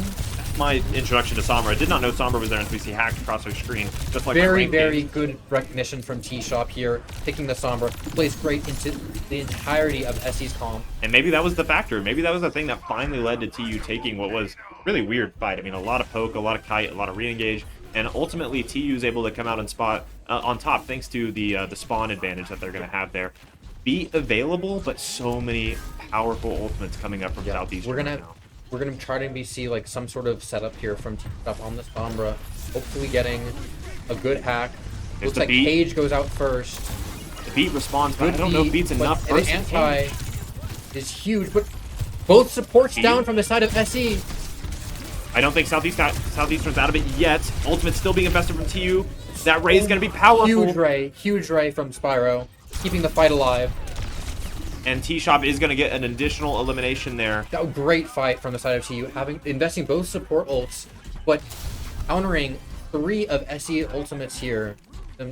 2 for 3. You always take that trade. Looks like Space Maker is coming over to the Venture, which does not play as well into the Sombra as you might think. So TU still at an advantage here comp-wise, although the Ana coming up with the Nano might just win this fight. Yeah, Nano Blade available for Southeastern. I'm really looking at allocate. How is this going to engage going to go for them? There's the Nano Blade being invested. Not quite finding the value. Onto the Juno now. Does get that pick. Backline. TU's backline is completely dead. And that might be all that you need if you're Southeastern. 3 minutes on the clock, but Selfish Nebula is it done yet? With the Genji. Finding an elimination. Juno's dangerously low as well. Running it down, getting the cart here, at least keeping TU active. They don't have the checkpoint yet, so the early spawns aren't there. Allocate is still gonna fall. And Loftus living with 7 HP, and TU getting checkpoint. TU is back in the game now. They're up tempo, up ultimates. Finding that win in such a devolved team fight. Just like you said, Andrew, no supports alive, but Selfish Nebula able to get it done regardless. And suddenly, this is a very, very close match. No ultimates available. So critical. No ultimates available for Southeastern. A quick EMP fight here is going to put SC completely on the back foot. Getting a good EMP might fully just completely secure this point. This is big times. Southeastern definitely want an early engagement. Waiting to see this EMP come to out. look for It's an there, EMP. but they do get the pick. Loftus trying to equalize the numbers here, and there it is, going to be equalized. Loftus finding another with the play. I cannot believe that EMP was held. I mean, oh my gosh, Loftus killing 4. And it is going to be another elimination onto Fluff Nuggets here. And holding onto the EMP guarantees them, nearly guarantees them a full fight win here if Neb can get back to the fight in time. Alga Run should be able to get him there.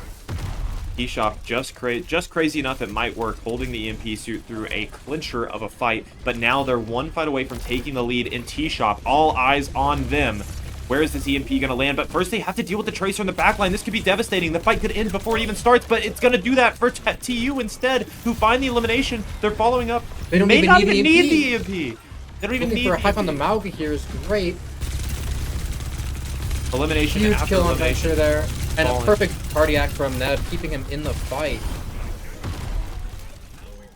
Keeping the map without EMP. Andrew, I think we just got to keep talking about the EMP so it never happens. Yeah. If we keep talking about it, it's never going to happen. And now you can use EMP to trade out Cage. You can use EMP to trade out so many ults here. That Cage matchup is going to be insane because Southeastern have yet to lose a Cage fight this match. They've tried. TU has tried to respond with the beat. It's just not been enough. I think the EMP is definitely going to be the factor that sends this one in TU's favor and could look at them closing out this entire map. Both teams staging with one another, trying to find the engagement. There's the Cage, but the EMP quickly is going to come out in response.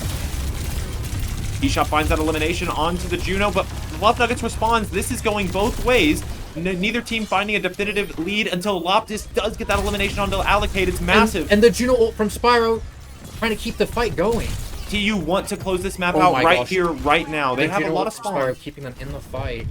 Maybe a bit of an overinvestment though on the side of TU, but a lot of progress being made here. I think you walk away, right? I mean, you can't actually look at contesting this. TU, that's exactly what's going to happen. Gonna reset. That's fine. You need one team fight win, and the further you can do it away from the Southeastern current spawn, the better. Right now, TU looking to find their best engagement tool. Loftus and Video Gamer with their ultimates here.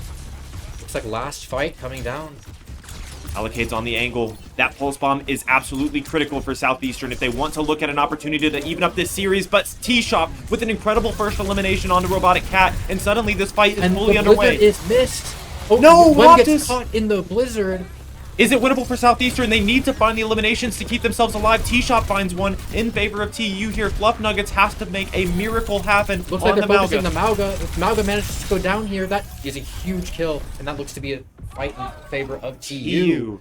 TU going 2-0 against SE. And getting it done on Runasapi, Andrew. I mean, a massive map win for TU because it is so clearly what Southeastern like to do. finding that was incredible. Allocate, absolutely deserving of this play of the game, despite the fact that they weren't able to take the team all the way this time. Look at that, Oh my incredible God. Very clean shots. setup there. Elimination I after do believe elimination. TU wins this fight too. Yeah, that was the fight where both of the supports are down, and suddenly Selfish. Oh, Maybe not that fight. not Maybe that not fight. that fight. Never mind. But we're both in the same train of thought there. There were some crazy fights there Yeah. where TU, on paper, had no business winning. Yeah. Right, but they're able to get it done regardless. So Thanks much to pressure being absorbed by the tank. Absolutely. Backline man just cut it out just long enough. Yeah. And then the DPS getting the job done. and that's a TU 2-0 win Yeah. against Southeastern. On paper, a more dominant victory than OSU, right? Yeah. And so you're looking right now, you're looking for top two. Who are the top two teams that are going to go play in the finals of this right now? And right now, it might be this rematch. This Yeah. is very possible. And Now, while that was a bit of a blowout at the end of Runasapi, like the first part of that map, the first three Close. quarters of that map, Yeah. SC had a huge lead, and then TU finds the swaps. They switch over to the Mauga, they switch over to the Sombra, and they get the tempo back. yeah, They get the ult trades. Really good, like 2 for 3 ultimates, multiple fights in a row. the 2-0 on the on the bracket there is not going to do this match justice. It was incredibly close, and just like you said, if push was a game mode that was 3 minutes shorter, then Southeastern would be walking away winners right now. We'd be going to game 3, but TU able to get it done in 2 games. I bet you're pretty happy with that performance there. Not to be too biased, but it was quite well played out of So TU. TU undefeated on the day right now, 2-0, and they're going to go play up against RSU. We'll see what that RSU match versus OSU looks like, and then, or actually, they're going to play OSU, excuse me. That game will take place off stream, and I believe we'll be back SC with versus RSU. SE versus RSU, our first time getting to see RSU on stream. That is going to be a very good game, so don't go too far. Andrew, you have anything last fleeting comments to say? I don't know. That was quite an enjoyable match to watch. Highlight plays from both teams. Forward to whatever's next for us today. Very good. Collegiate Overwatch happening here at the FalLAN, hosted by Contender Esports and TU. Don't go too far. More Overwatch is on the way.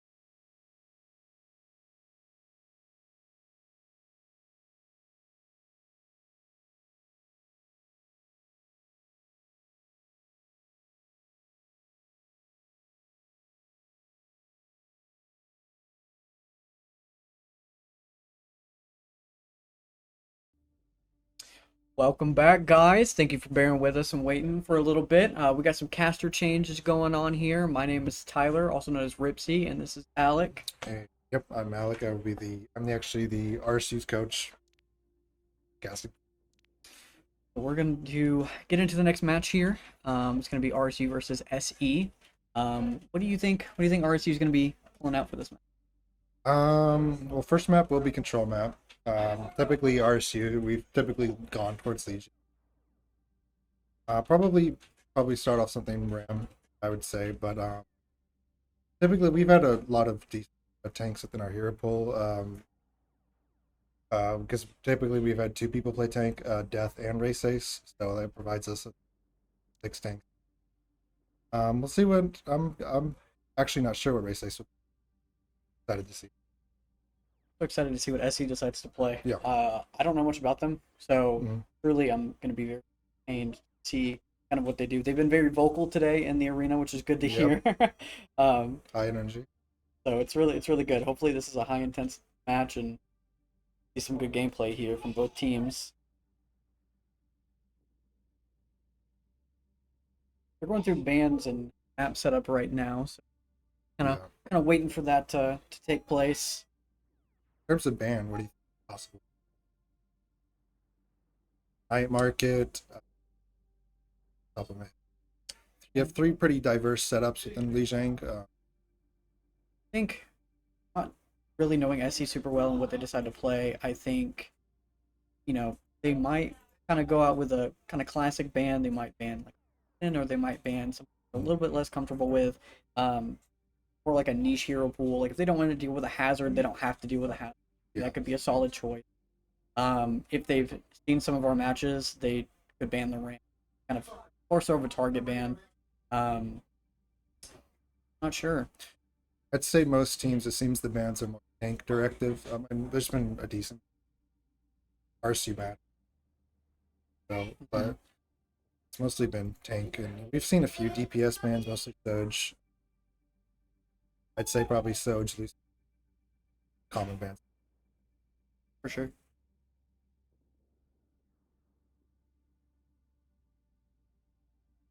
Going through. Takes a lot of time to pick this stuff. I mean, you never know, because if you make the wrong choice of a ban, you can't ban them again. You don't get that much value out of a ban. Not worth it.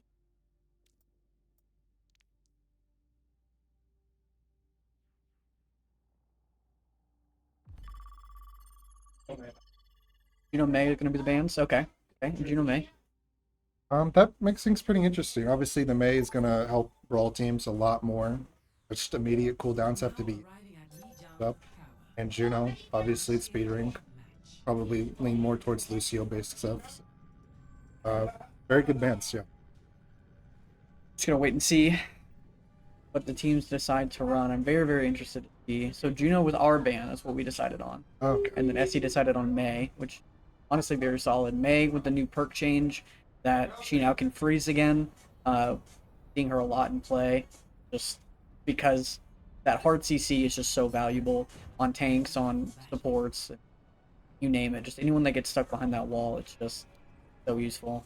Juno just inherently, I mean, she's had a little bit of alt nerf throughout the most recent patches, but even still, just the innate value of that speed ring just shows that you don't have to have 24/7 speed with team. Juno's ability to, especially with her new torpedo perk, provides a lot of healing and So interesting. SC is going to come out on the Malga here, and then be playing the hazard here, RSU.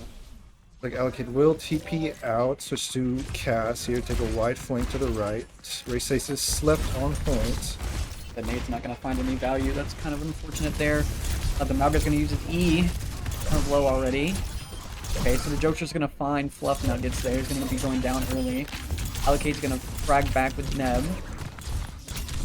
RSU up 2 now. It looks like RSU's going to take first point. Very nice. Bad. I see it a very, very good TP out. I think they may have gotten there first, if I could be easily mistaken though. But RSU eventually winning it out. Very good trades though. Besides. Really, I think that really came down to Aurora cooldown. There's a big anti, big cleanse there. Like it's this though, and he will fall. Spacemaker taking a flank on the Venture. Looks like SC will just setting the spikes. Gonna go ahead and pop a reset, which isn't bad. Coming out on Hazard ult here. RC's probably gonna look to hold this corner a little bit closer. Try to use that ult as soon as possible. Try to poke a little bit and build it. First you no lose or first you both teams have Lucio, so even speed. They can match each other like on these rotations. I'm really liking the aggression. I mean, today they've been kind of on the more back foot when it comes to they're going to use the Hazard ult. Oh. Going to find 2. That was a good, very good follow up there. What do you think SC should look to do here to try to break through this? That last push, while it didn't work out, they actually got it went pretty even for the very first half. I think SC just needs to try to get the Hazard to commit wall and just commit after that. So Fluff Nuggets is going to change onto the Rhine here, which I think is actually going to be very good against this Hazard. Because Rhine can just live a little bit better. Help them get through that choke. But they do manage to get through Tier Rush invested. Blade looks like it's popped. Finds 1. Rhine swinging. Finds 2. Lex, like, OC was also popped. And Really, I think right now, the biggest thing that I'm noticing is just the fact that RSU is just using their ults first and faster. I think SE, once they kind of find their footing here and they're able to get their ults built up, I think we'll see a big shift in the tide here. But RSU is doing a very well job holding this choke. they did finally manage to break through, as we see now. Like, Lex with point 2. Nice pin onto Race. They could definitely get Race here. Oh, that's going to be the first map. Point there. Yeah. I mean, it's pretty one-sided, but like I said, it looks like SC is slowly finding a way to push in and find value. Like I said, I think just running RSU out like they slowly started to do. I think the Rhine also helped them get through that choke a little bit more. Obviously, when you switch, you do lose your perks, so probably we might see a much more competitive side of this Rhine comp this round. Perks slowly gets them. Also, I think this point favors SC's comp a lot more. The kind of that fast TP, and if I saw Spacemaker flop too. So if they want to go for more frontal pressure, that would definitely help them. Probably gonna do a classic TP strat at the top right window here. It seems. Yeah, they're gonna do. Build TP to points. Have both supports on RSU side are gonna go down. See, this is exactly kind of what we were saying. This tempo just kind of favors SE on this point specifically. Especially with SC's comp, with this Rhine Symmetra, I think it's a much better time defending. It's honestly, it's going to be interesting to see how RSU has to burn. Except the RSU almost has to do the same thing. They have to burn this Rhine shit and spread his resources out. No ult so far. It seems RSU's main idea right now is they're going to try to take some angles on the back line here. Try to get them to back up, which is working. Lex and Lucio on the... They got Immortality Field out, which is big. Right, this falls down, yep. Yeah, it seems what we were saying was definitely true. Coffees. Yeah. Just along with the Metro turrets and the Rhine shield. Playing this corner fight with them is probably... We will see, looks like a swap to spawn. It's a fair swap. I mean, the Orisa can just get in Lorraine's face and stand in that damage. To be able to use those cooldowns to stay alive longer, much longer than the Hazard can. The block is good, but it's not enough, and being able to be, you know, not headshot and be able to have 2 livable cooldowns instead of just 1 is way, way better. And you can eat this Symmetra damage. Fortify used, front shattered used, looks like just a pin, you got 1. Pacemaker finds Hadwalk, Deadeye kill, he will fall. Nice 2 trades. RSU's down 1. I think they're probably going to end up backing without. Had to reset.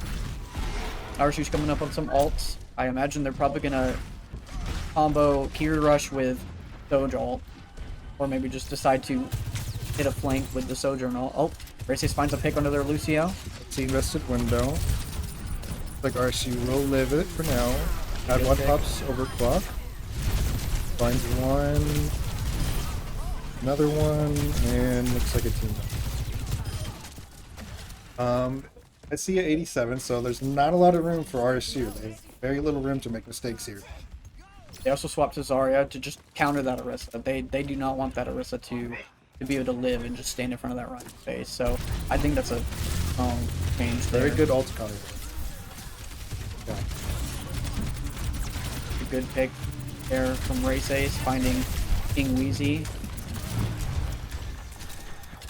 Let's see, we'll have to build the Zarya pump charge. So then we'll push forward.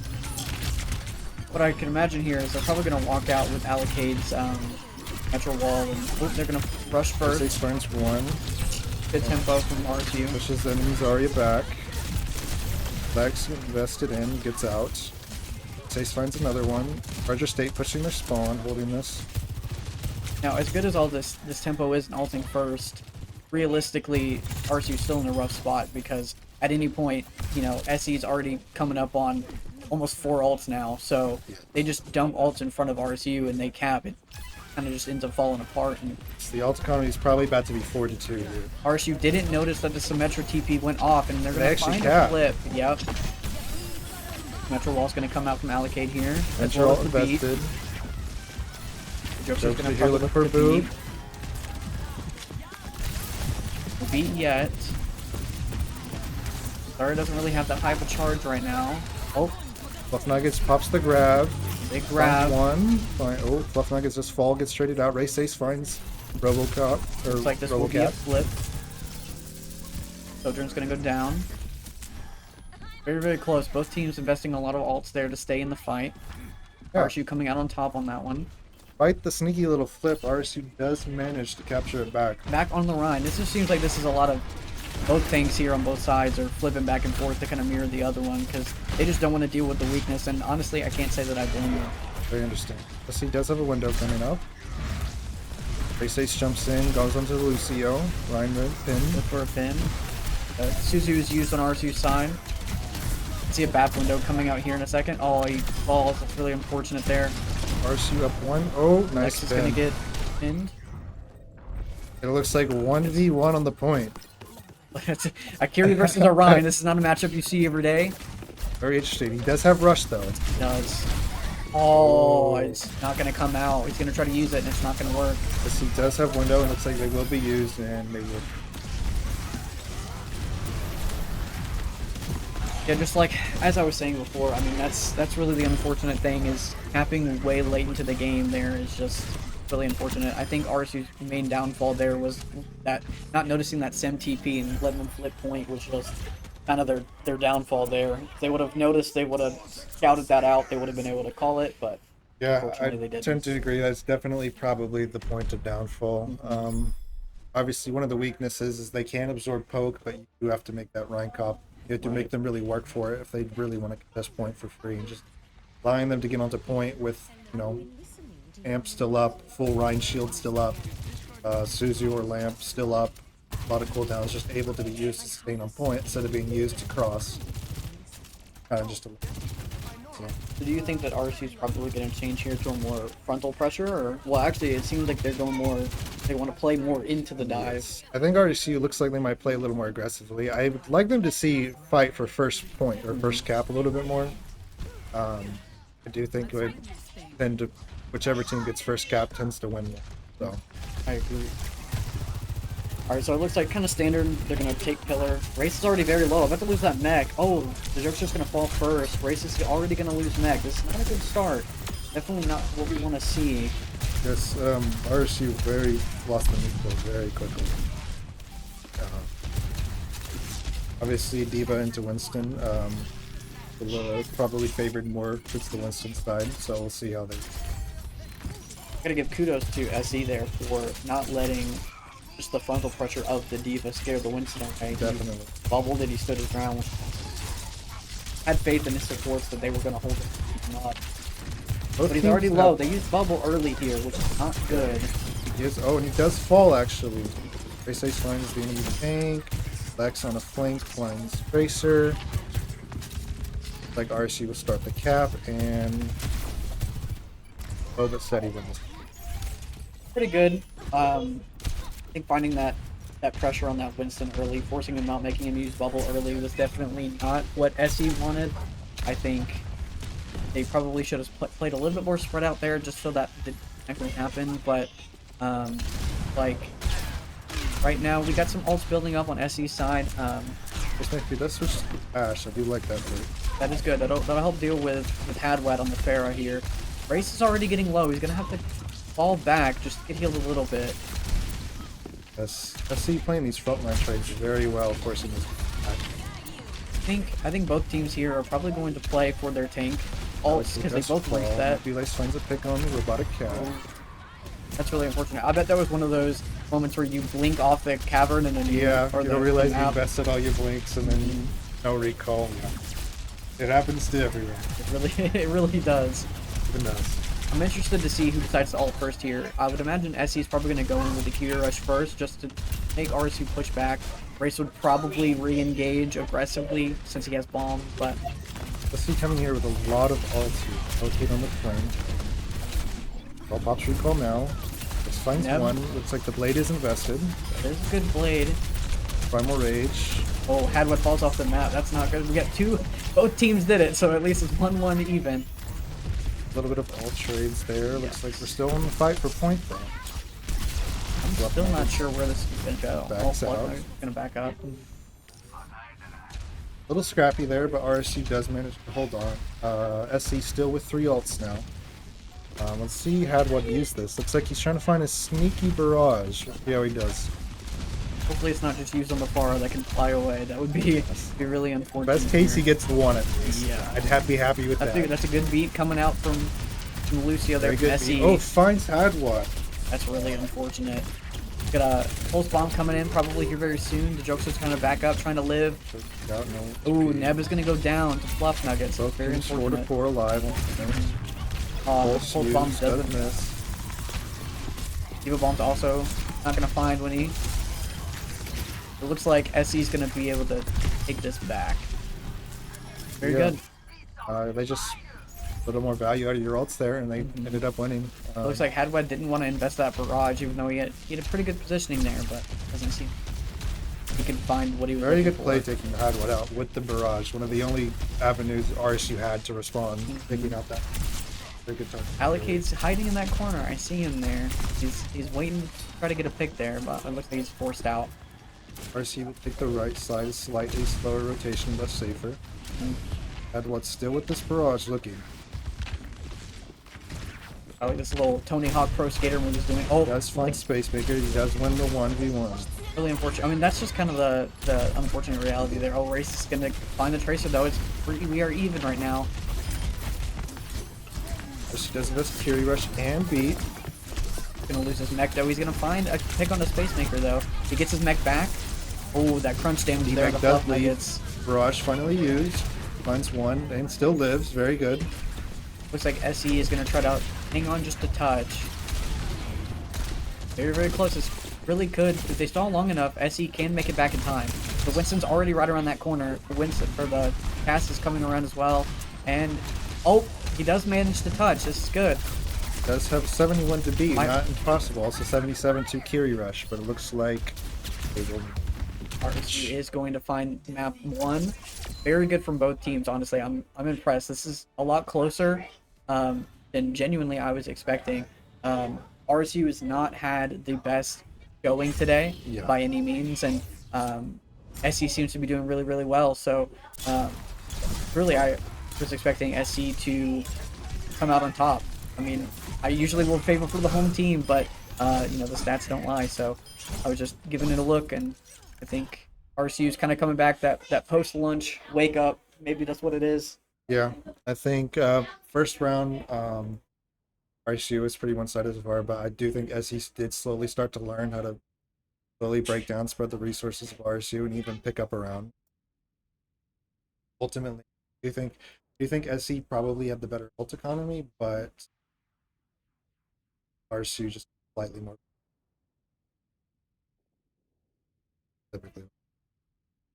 Interested to see what Lemon do. A lot of choices we could go. We could Flashpoint, push, hybrid. So I think if RSU wants to stay maybe towards the Diva comp, we have a lot of options. Probably Flashpoint. Personal knowledge and experience that do tend to favor Tsubasa. And yeah, It looks like they're going to be swapping Death in. I saw that little change there at the bottom. Swapping him in. yep. Like I said, RC typically have 2 tank players. Death, different hero pools, double different, probably. Right. Very interested to see what the next map is that's picked. I am personally a Brawl fan. I just like watching Brawl. It's entertaining. I do also love Poke, but isn't really a Poke meta. So well, I say that, and then it looks like we're going to Circuit. So that would be a fantastic map for me to watch. So I'm excited, and I hope that we get to see like some Sigma gameplay here. But apparently he's not doing super well in the current meta. But I hope that both teams honor the Circuit Royale and they both play the Sigma there, and we get some fun Sigma rocks and some Very ult much cancels. likely, very poke heavy map, Circuit Royale. Sniper heavy map as well. But it's not impossible to make rush maps, especially with Sombra Winston. It's not possible to make those work, especially maybe later on in third point, maybe in second point defense. But more than likely, we will see like Sigma, poke mirror comps. You never know. Like I said, rush comps, Ram seems to be working very well. The hazard worked for a little bit very well. So You think one of the teams might ban Sigma just out of spite? I think it's very open. What was it? It's Ram and Ram Genji. Genji, Okay, okay. well the Ram will not be coming out. Well, that's good. So we will maybe get to see the Sigma. Ram Genji, obviously Ram was probably likely pick for RSU. Kind of also poke and type hero. Yeah, it's interesting to see who wins these sniper duels. That's what it seems like most of the time Circuit Royale falls down to, is who has the better Widowmaker. That is true. It is kind of your Widowmaker is your playmaker on the sure. And if your Sigma can focus on staying alive, sure. Like we will be going and starting at 1-0, 1 in favor of RSU. I'm interested to see what SE pulls out here. Maybe Poke is the name of their game. It could be a more heavily favored Poke team. They prefer. So we'll just have to see. definitely would not be Ram v Ram match. Genji. So I mean, I probably weren't going to see Genji much anywhere. Maybe on third point if he was open. I don't think that'll change too much. Looks like probably it's Sigma. Excited for this. Race, you know him pretty well to be. He's a pretty decent Widow player. He sometimes doesn't like to play it as much, but I think on this map he's our strongest hit scan that we. So I'm excited to see. Adwad's been pulling out this Freya a lot recently. I think it's because they're newer, and also because trying to limit test, see what maps they work on, what maps they don't work on. I think on this map specifically, they will do pretty well on, because it's just that encompassing poke dynamic that Freya has. I It's a think very mid to long. the Fluff Nuggets is going to hold this corner here. Kind of start off kind of standard, hold this corner and just exchange poking for a little bit. Let the Widows get set up and try to find their angles and kind of just push the cart. It's a little steady in the beginning here. You can see Death is hard pinging that Widow because it's very important. Looks like it's pushed out, pushed to a more bottom. Do think SC does have the better backline. I'm gonna change it. Race does find Ana though. Big pick. I think that we're gonna see SE start to back up here, and yep, they begin to. We'll have to go up that that corner. So losing that Ana there is just very unfortunate. That's one of your main supports there that you have that's gonna keep you up. Facemaker falls through. Race is definitely finding heads today. I think, like I said, I think it's that post-lunch warm-up. Allocate's going to go down. They're going to have to keep backing here. I think they will be able to recontest, though, if they choose to do so. Fluff Nuggets is coming up on his ult here. Death is pushed up a little aggressively here, so we might be able to find him. It's very possible to Jokester use that Juno ring to back him up. This looks like touches card, pushes Headwad back. We'll have to back out, grasp, use, half health. Finds a rock. Oh, that's really That's false. unfortunate. Looks like, yeah, they're just going to be trying to stall here, try to throw their bodies on cart, buy as much time as possible. They're gonna cap with 5 minutes there on the first point. But I mean, really, once you lose that first corner on the first map, or the first point there, it's really hard to stabilize because you just don't have any more angles to create. Yes, the layering picks of the Widowmaker just makes it very hard to like stop the stagger. Even at this level, it's just hard to stop that stagger. However, Fluff Nuggets is really, you know, able to do a lot here with his ult, which is going to use it. Oh, That very is nice, going to hit very the rock. nice grok. Oh, we don't find the trade. Just clip the tip of that shield. That's fine too. RSU is going to be up 3 right now. It's going to be staggering him. Stagger. Yeah, I mean both very good fluxes. Just a very good rock landed by Death there. Yeah, I mean, that kind of stuff is just fortunate happens. I think right now, if I was SE, I would be trying to really like reset and say, okay, what are we trying to do here? What's the game plan? And it seems their game plan right now is going to be they're going to swap the Rhine and they're going to try to get up into their face, which I think is a good idea. Giving them that space that RSU wants is not good. Race is going to find 2. How about if find 3? Wow. Nano was used in Fluff Nuggets. Fluff Nuggets might be able to make some stuff happen here. Oh, I'm not able to find it. Very good idea. Player from I do like the Nano line, especially against Sigma comp. This stationary poke comp, all of unfortunate lines. Couple are like. And that's kind of the unfortunate thing about fighting into a Widow is you think you're good 1 second and then the next second you're down 2. Just because someone finds a headshot that you were expecting on an angle you didn't look at, you know. That looks like he might go down here. He got anti-nated, a big anti-nade and a big Juno ult there from SE. 8 funds races. The Curie Rush was invested. And, This is exactly where SE wants. yep. They pushed RSU back, and now they are on one of the strongest points to hold on a comp that's really hard to break through chokes. SE's comp wants to stand in this choke. They want to hold this space for as long as possible, and RSU just has to whittle them down. Definitely. Because I'd like to see definitely SE just play this exactly as they are, just holding this corner, just forcing them to have to invest so much to get them out of the spot. That's a big shatter from Fluff Nuggets there, and the Venture's going to be going in to follow up on it. That tap and anti has to invest grass, likely falls and dies. Allocate finds the jokester. Nev does find one back. Like they will just retreat back to this corner. Yep. It's just like their bread and butter, just holding this corner here. RSU really only have the Widowmaker ult. Flux will be coming up soon, so interested to see. This is the one thing that I think I will give a round of applause to for SE, because they do not just commit to one thing and then just let themselves lose. Yeah, they have a very good idea. They know it works. They're very confident in what they know, what they're good on. And what does find? Oh, okay. Facemaker goes in. Fluff Nuggets is going to find a trade on the Neb with a fire strike there. Joker's going to use those missiles. It looks like they might fall here, SE. Yeah, unfortunate there. King One Wheezy. and Wheezy fighting. That is going to be SE falling there. RSU is going to push up to this next corner. Very scrappy, close fight. Very, very scrappy indeed. I think Death is going to hold on to this grab here. Probably going to try to flex a backline target, I would imagine. Probably the Ana. Maybe might even just go for the Rhine just to get that, you know, pressure off of the team. And They say zoning supports off.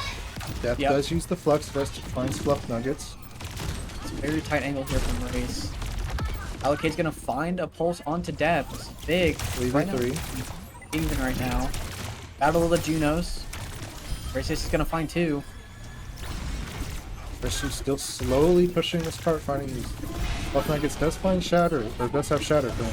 The unfortunate thing, though, is yes, RSU did even it up, but, you know, because of this defender's advantage, the enemy team, or SE, can just walk up. There's a big shatter from Very Fluff good Nuggets shatter. there. Does fall though. Unfortunately, that bubble just cut him off, and those heals weren't enough. What finds another Spacemaker, unfortunate falls. Very, Fury very Rush close. used.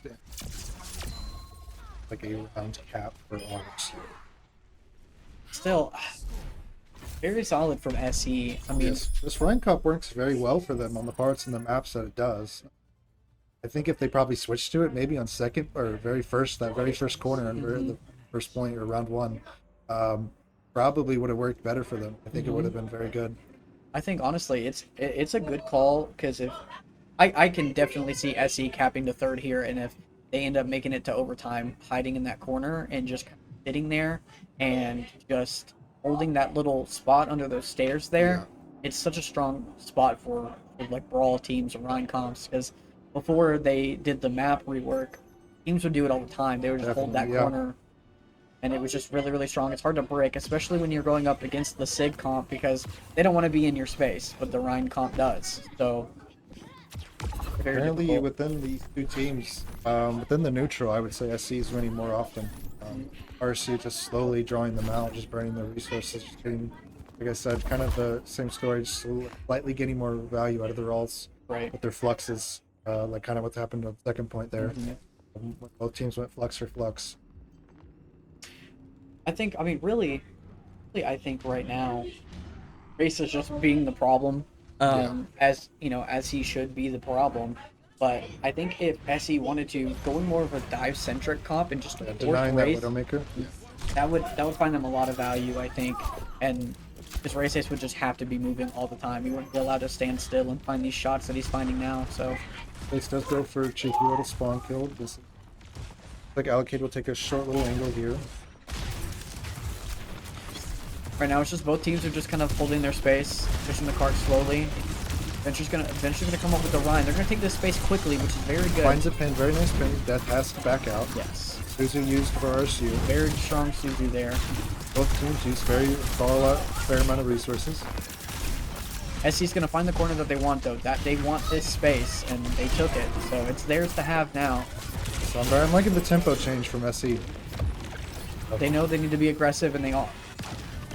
RSU, the name of the game for RSU, I'd say, is just living this Rhine pin, these rings up from Juno, living the aggression.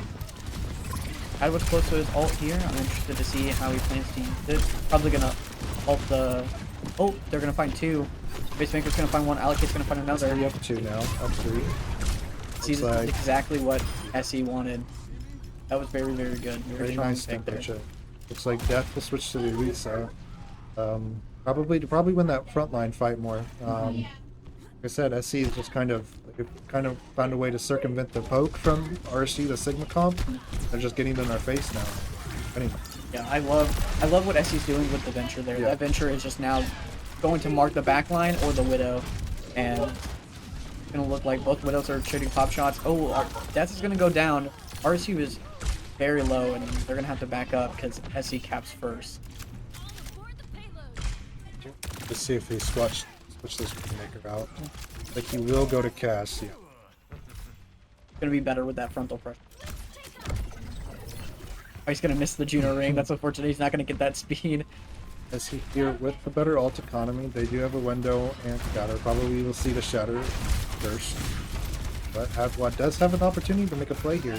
We take out a support before they can ult. That certainly does. I'm interested to see which team. Oh, he's gonna use his ult there first. Shield burn to Hadwad. Kate finds Hadwad. Looks like that ult's not gonna get the value that Hadwad wanted there. And looks like they don't even need to. Oh, they need to use that many ults. Just win dry fight. Very interested to see if RSU is gonna try to recon here, or if they're just gonna let them cap. RSU doesn't have any ults to respond with. However, they could give Neb his ult if they poke a little bit, take some damage. Looks like they are gonna recontest. Go for the touch here. Univalt will be used, along with Kiri Rush. Support ults used. Dude, this is anyone's game right now. Races might fall to this Venture here. Looks like I see slowly winning. Oh, Race does find Spacemaker. Bob is going to come out from Allocate. Bob in a very nice choke point. Bo's just gonna burn down the Bob. That's doing a very good job just living here. RSU's gonna push back out with that Juno ring, that speed. High Noon and a result. Another shatter. That's a big shatter. Very large. Hadwad is gonna find Allocate there. Quite the large shatter, there's not enough there. I think I noticed that he unfortunately missed the pin there onto the Orisa. And yeah, I think SC had 2-1 on that ult economy, but RSC does manage to somehow live long enough. For now, Death and Race Ace now have their ults. RSU is in the advantage ult economy wise. Adwad is close to a barrage there. We'll see if he gets it this next fight. Effie's tank is going to be swapping back to Rosaria just to counter this overstud. It's been working. Air Surge invested. No lamp. Immortality field there. So Space Maker is going to have a huge ult here. Oh, gets picked off there. Very nice flank. I just think the timing is wrong there, but nice. I like the idea.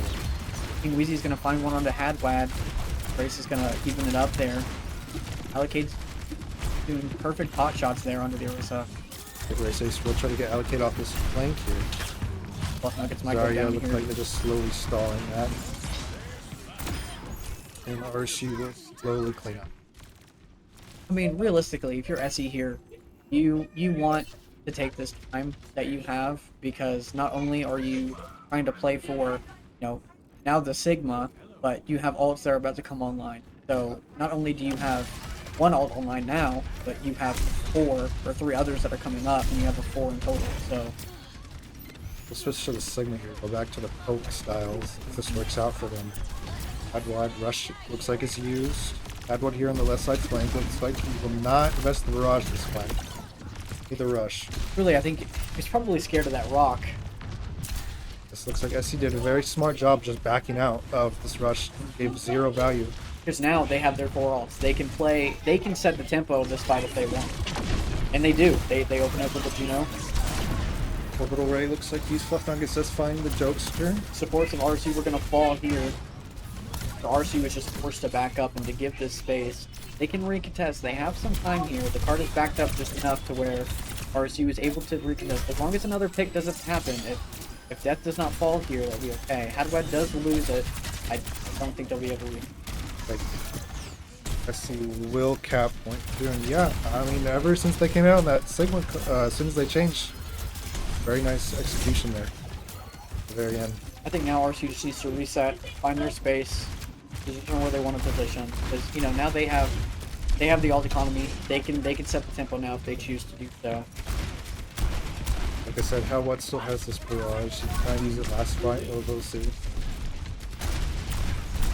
Hit scan is keeping him in check. Death is very, very low right now. They'll lose Death. They're going to use the Flux as well. It doesn't find anybody, unfortunately. Hadwad's getting poked out there, not able to use the barrage like he wanted to. He's just doing a very good job here, just slowly staggering RSU. Honestly, from that second point still slowly staggering them. RSU does have 3 ults now. Not been able to find the footing that they want. And that's what you want to see if you're SE. You want to deny them any sort of terror search is going to come up from Death here. It's not really going to find anyone. Oh, the combo there from Hadwad and Death there. Very, very, very good. Gonna find a couple. Terror Surge, Barrage, very reliable, obviously. Terror Surge draws them all in. Even though the time bank right now for SE is under a minute, really, RSU just invested their 2 biggest playmaking ults right now. I mean, they have Fury Rush, they have High Noon, but really that's 2 zoning ults, and you don't want to use them both at the same time. So SC might get an Orbital Ray here, but so far they're only going to have the Deadeye. But RSU, the name of the game, is making this last fight for them. and Death just used his spear there, so the High Noon is free. It cannot be canceled right now. So Very smart rotation here from SC. I do like the high ground rotation. Just completely skip the poke. I like this from SC a lot because yes, they have 20 seconds, but that doesn't mean they can't take the fight how they want to take it. So Definitely. they already have their Tracer pushing the cart, so they don't have to worry about touching right now. Really good. They're going to use the Speed Juno Ring with the High Noon. Both speed rings used. High Noon invested. Very nice pin. Gets canceled there. RSU's Deadeye is going to come out to mirror that. Both Very nice get draw. canceled. Immortality Field is going to go down. Adwad might. Yep, Hyper falls into this. Very, very close. It looks like SE is going to be winning this fight right now. RSU just invested the Orbital Ray just a little bit too late there. Adwad's still. We have the Barrage and. As long as Terror RSU Surge gets the combo. touch there is a chance for them to retake this. Stop the cap. If SE should use their. Yep, there it goes. The window is going to come out. We're going to deny that space. Make it very hard for RSU to touch. Pacemaker takes out Adwa very swiftly. Gonna find that pulse bomb there. That was very low. Struggling to stay alive on point. Left Knight gets fine. Grace Ace, and the SC will slowly cap. See, I mean, that's like I said earlier, and after RSU's attack, I could tell both of these teams were going to cap to the third, and now I'm interested to see if SE does what we when they just hold that corner tight and deny RSU any sort of poke value. Yeah. The Zarya and Teresa didn't seem to work out, but then as they switched to Sigma, pretty much from second point on, very nice tempo change. Like, Yeah, I think the general consensus, Sigma is typically better than in one of those matchups, just in the two, because Sig can take that space, and with the shield and the kinetic grasp, it's just kind of better than Fortify in my opinion, because you're still taking that damage, but with grasp and your shield, you're not taking it. So. and the ult's a little bit more reliable there. I mean, a lot of these fights, Terra Surge and Barrage had to be used. If you likely, you'd rather just use a one. A lot of times with Flux, you only just have to use the Flux to win. Right. That's really all. It's also all started just as soon as they were able to deny that Widowmaker from Race Ace. It's probably the turning point. Right. Looks like SE is going to keep on what's working, and I mean honestly, I can't say that I blame them. Both teams are going to keep that Sig poke there. It looks like Edwin might be pulling out the May and the Sojourn. The DPS changes here. It's going to make it a little bit different. Like Hadward will set up here to try to wall off and go. Ooh, he goes for the ball. Ball doesn't find anybody, but honestly, that just kind of stops them for like a couple seconds so that they don't walk out and take that space. And really, that's what RSU is trying to do here, is just burn all the time that they have. And there we go. SE is going They to did opt get for new the brawl. perks, and both teams now both have perks in overtime. Oh, the Jokester there is 1 HP, very, very low. I guess Placemaker finds Jokester on the flank, doesn't win. Jokester's still low, very, very low HP. RSU is taking a lot of damage right now, and it's looking like they're going to have to give some space quickly here. Adblock finds Allocate. Like Lamp will be used. That's still alive, staying up there on the front line. Really, even though RSU is up 1, I mean, they're still having to back up and give space because Fluff Nuggets is in everyone's face, and you don't want this Ryan swinging on 4 or 5 people. I mean, as you can already see, he's already almost a shatter. He's 67%, and any moment now he pops that shatter. That was a good block from that rock there. Both teams doing a very good job of staying alive with their trades. Death might fall here. Not able to stop this Ryan from walking in their face.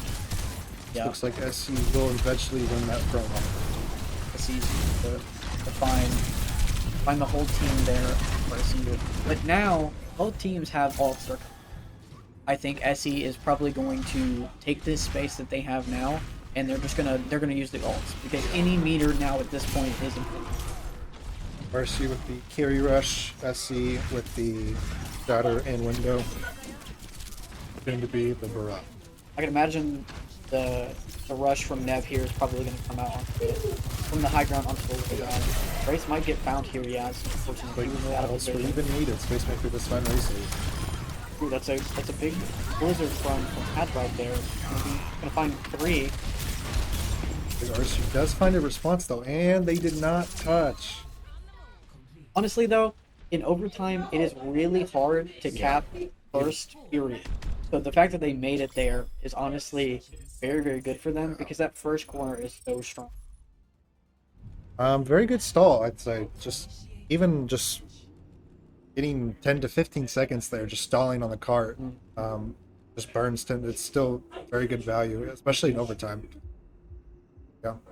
And yeah, RSU has more time, but I mean, truly, you and I both saw, like, RSU had to continuously stand on the back foot there and keep backpedaling, because SE was just able to swing the base, and they didn't want that. And I think they know. They noticed that tempo change, and they're going to want to keep walking into RSU. I think they're very aware they favor the front line. Like RSU will keep the main. The hazard for ours. Very interesting to this plays out. I don't think we've seen hazard on so far.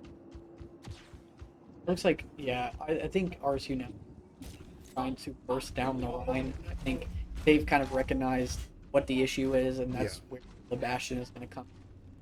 You put on that full pressure onto that Rhine shield. It looks like they're probably going to TP out, and then Hadwin might swap back to the Bastion, but we'll just have to see. Hazard does give them the ability to just kind of run past the Rhine and set up a dive if the conditions are met. So. Right. I think if I'm Death here, I'm definitely trying to set up that high ground and take that space there. Both teams holding this corner, going both as low. Spacemaker does find a support. That is not good for RSU.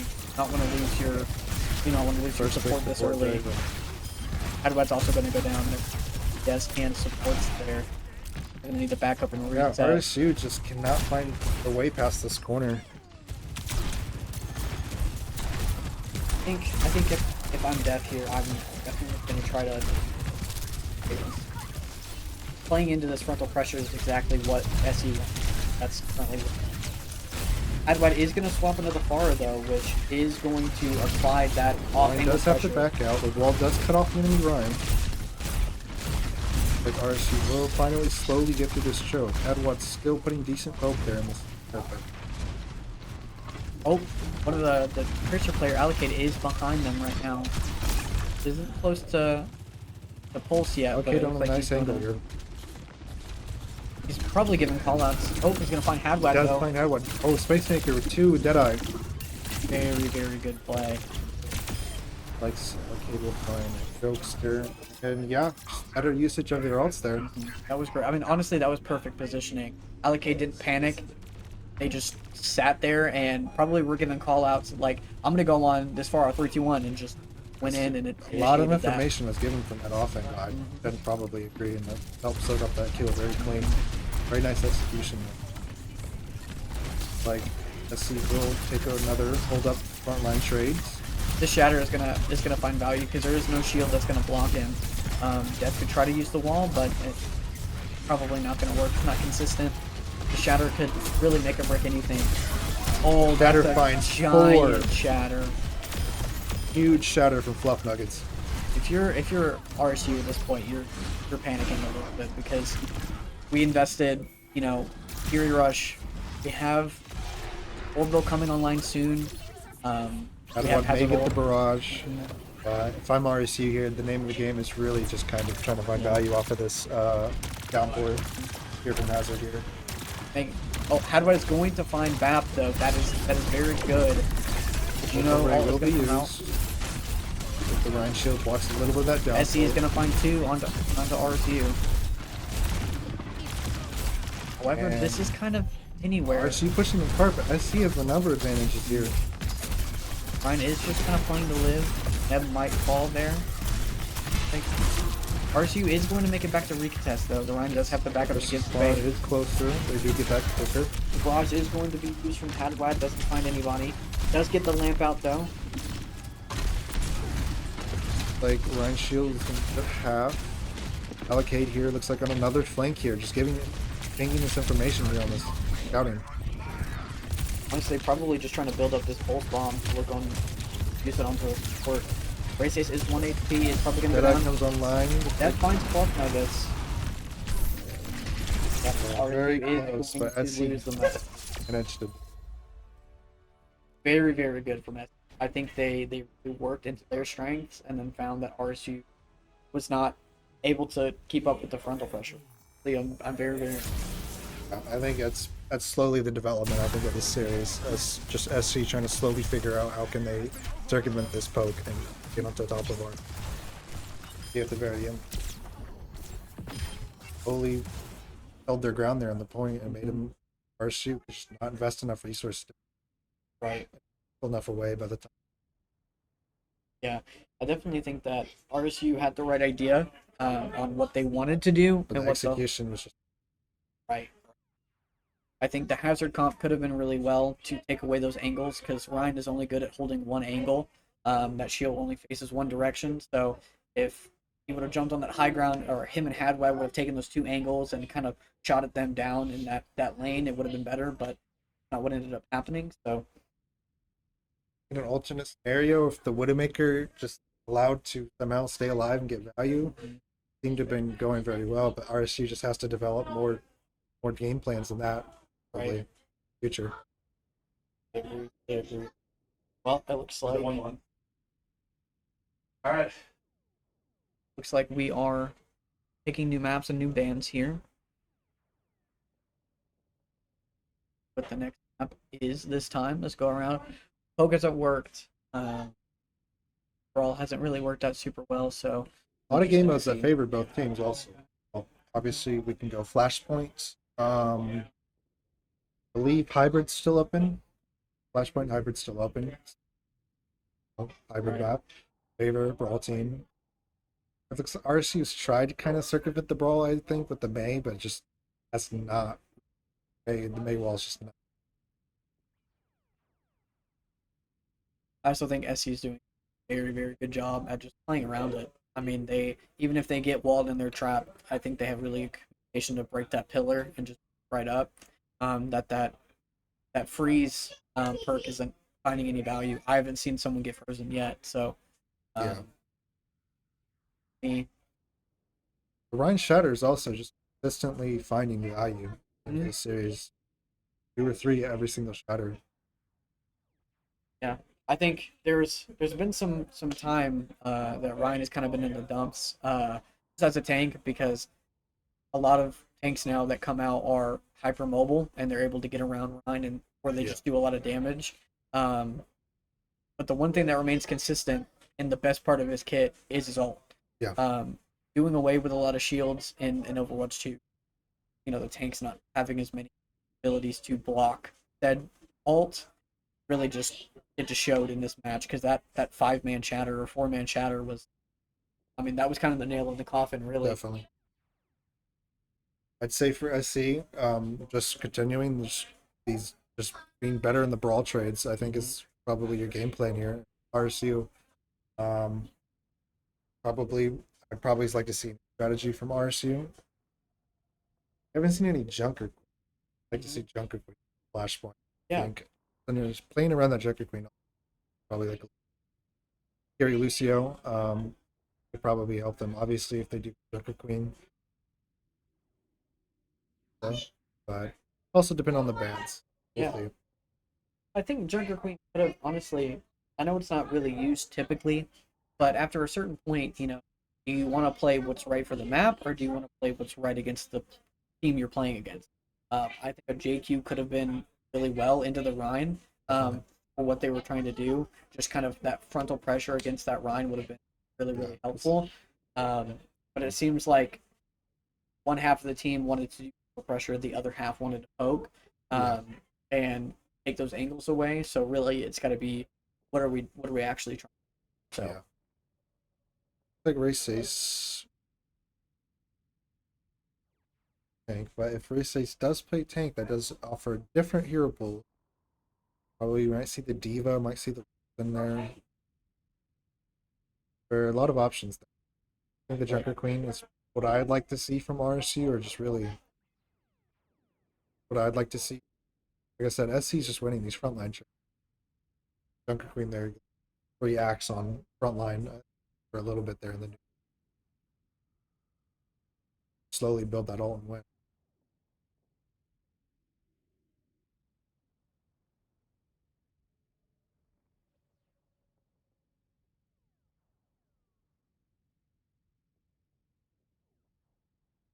Ooh, we're doing pretty okay.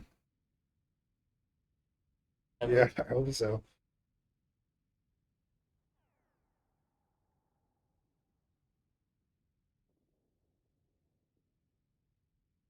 like I've never played when I cast it. Yeah.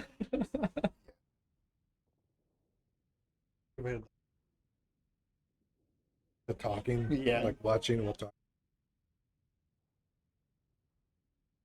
Because I mean, it's hard to like. I have a thought that's currently being said, and then something happens that's really important. Like, I got to just give up what I'm saying. I look like that. You look like that.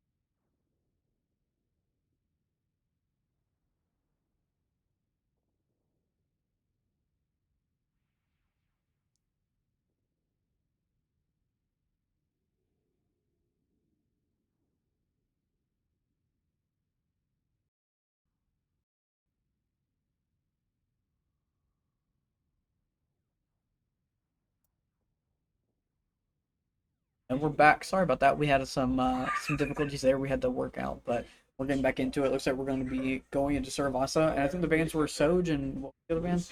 Lucio. Okay. Pretty solid. Yeah, obviously we'll probably see Juno here, replacement for those teams that do want to have the speed option. Interesting And, Soj ban coming from you though. Do you think there's a reason why? I don't know. I don't. It could be targeted towards somebody specifically. Replace Soj. Also, it could just be a general hero. That they just don't want. This is pretty good map for Soj just in general. Very mid range. Finds a lot of value out of the OC here. Yeah. Very minimal points of cover, I'd argue. Starting the map up here into Saravasa. Current score is 1-1. Got the Soj ban and the Lucio ban coming. Probably interesting to see what tanks. Like I said, I'd like to see the Junker Queen here, but Yes. obviously that hasn't been what we've seen so far. We've seen Orisa, Zarya, Hazard, even so. It'll be interesting to see. Also, we could see Mauga here. Mauga, Yes. very popular pick here on Saravasa, and just any flashpoint map in general. Let's actually wonder why I thought that they probably did the Sojourn ban was so that they could play into the Mauga. Yeah. Which, perfect example. SE is going to be pulling out the Mauga. RSU is going to be using the Hazard here at start. But yes, Sojourn is just really good into Mauga. Just able to form that rail and pick off people in the back. It's just really, really good. Definitely. Obviously, both teams very similar but alternate styles of play. Both probably looking to dive, but we'll see how they interact each other with the front line. We'll see if how the poking phase goes. See if Race Ace is going to have to play slow or if he can immediately find value and isolate somebody. I think one character that has definitely been heavily slept on truly is Brig. I think Yeah, just the defensive capabilities that he has, especially in this comp with her perk to make Inspire last longer. definitely. Or whichever it is. Great. Teams are going to be meeting here and fighting each other. Lex is going to go down first. As he does find the inside of the map first and has to force RSU out. But RSU does slowly draw them out. Looks like even about right now. Yeah. Take it now. Both Tracers lose their recall there. But yep, RSU is going to fall here. It's like SC will play this final scrap a little bit better and they will. Yes, SC is going to have 23% here on the first cap. RSU is coming up on pretty close RSU here. with the Genji Tracer, they have a lot of dive potential here, especially with Hazard, but they were fortunately forced out outside like this again. Yeah, really, they need to just not play into this Mauga. Yeah. I mean, they need to try to avoid it and kind of circle around and find a person they want to go on. But it seems like right now it's just kind of RSU cannot find their footing. Well, gets does is small, figured Race out. Base manages to get in. They said he finally finds that dive, getting the bridge. Yes, this is exactly what RSU was trying to look for this whole time. Being able to find these picks quickly and accurately is really important, especially for this comp, this Genji Tracer and Hazard comp. I think RSU does have one ult online, but SC will have two DPS ults soon and like two support ults soon. However, I mean, RSU did take the point, but they were able to. SE was able to stall until 99%. So SE can kind of take their time here and breathe a little bit and fight plan and organize. Definitely played their first cap very well. And that's just kind of that's the name of the game for Game mode in Flashpoint. general, yeah. Because it takes up so much faster, and really, you think you're fighting at 30 seconds, and the next thing you know, it's 80-90%. Really, So, you have 2 fights, 3 fights max. yes. Looks like we're currently in the 82nd, a very long drawn out fight here. Looks like Spade being used, Buff Nuggets will take it. Wall comes down from Trace Ace, down forward and rush used. I think Blade's going to come out from Allocate as well as Rally. A lot of ults happening. Orbital Ray falls. A lot of ults traded here, but it's like SC is slowly coming out on top. I mean, really, that was Very exactly what I 50-50 expected. coin flip that fight, I would argue, so very close there. Race is going to be swapping over to the Diva just to kind of still do that dive gameplay, but play into the Mauga a little bit Yeah, better. 'Cause, definitely. I mean, as we saw, Race tried to use that down 4 ult in front of the Mauga, and he just overran it and went through it. So not gonna find value on that ult specifically, trying to trap him. So Looks like SC showing that this Mauga comp, they're just better with these engages and things, I would say, so far. I do like the Diva swap to help. At least help them live in these spaces. right. Fluff Nuggets does have Cage coming in soon. Probably gonna just run it to the back line and pop it. Brig low, Diva dives. Hadwad does find the Brig. Good pulse bomb. Nev is going. Oh, maybe not. Very nice play from Lex. Finds 2 or 1. Very strong blade.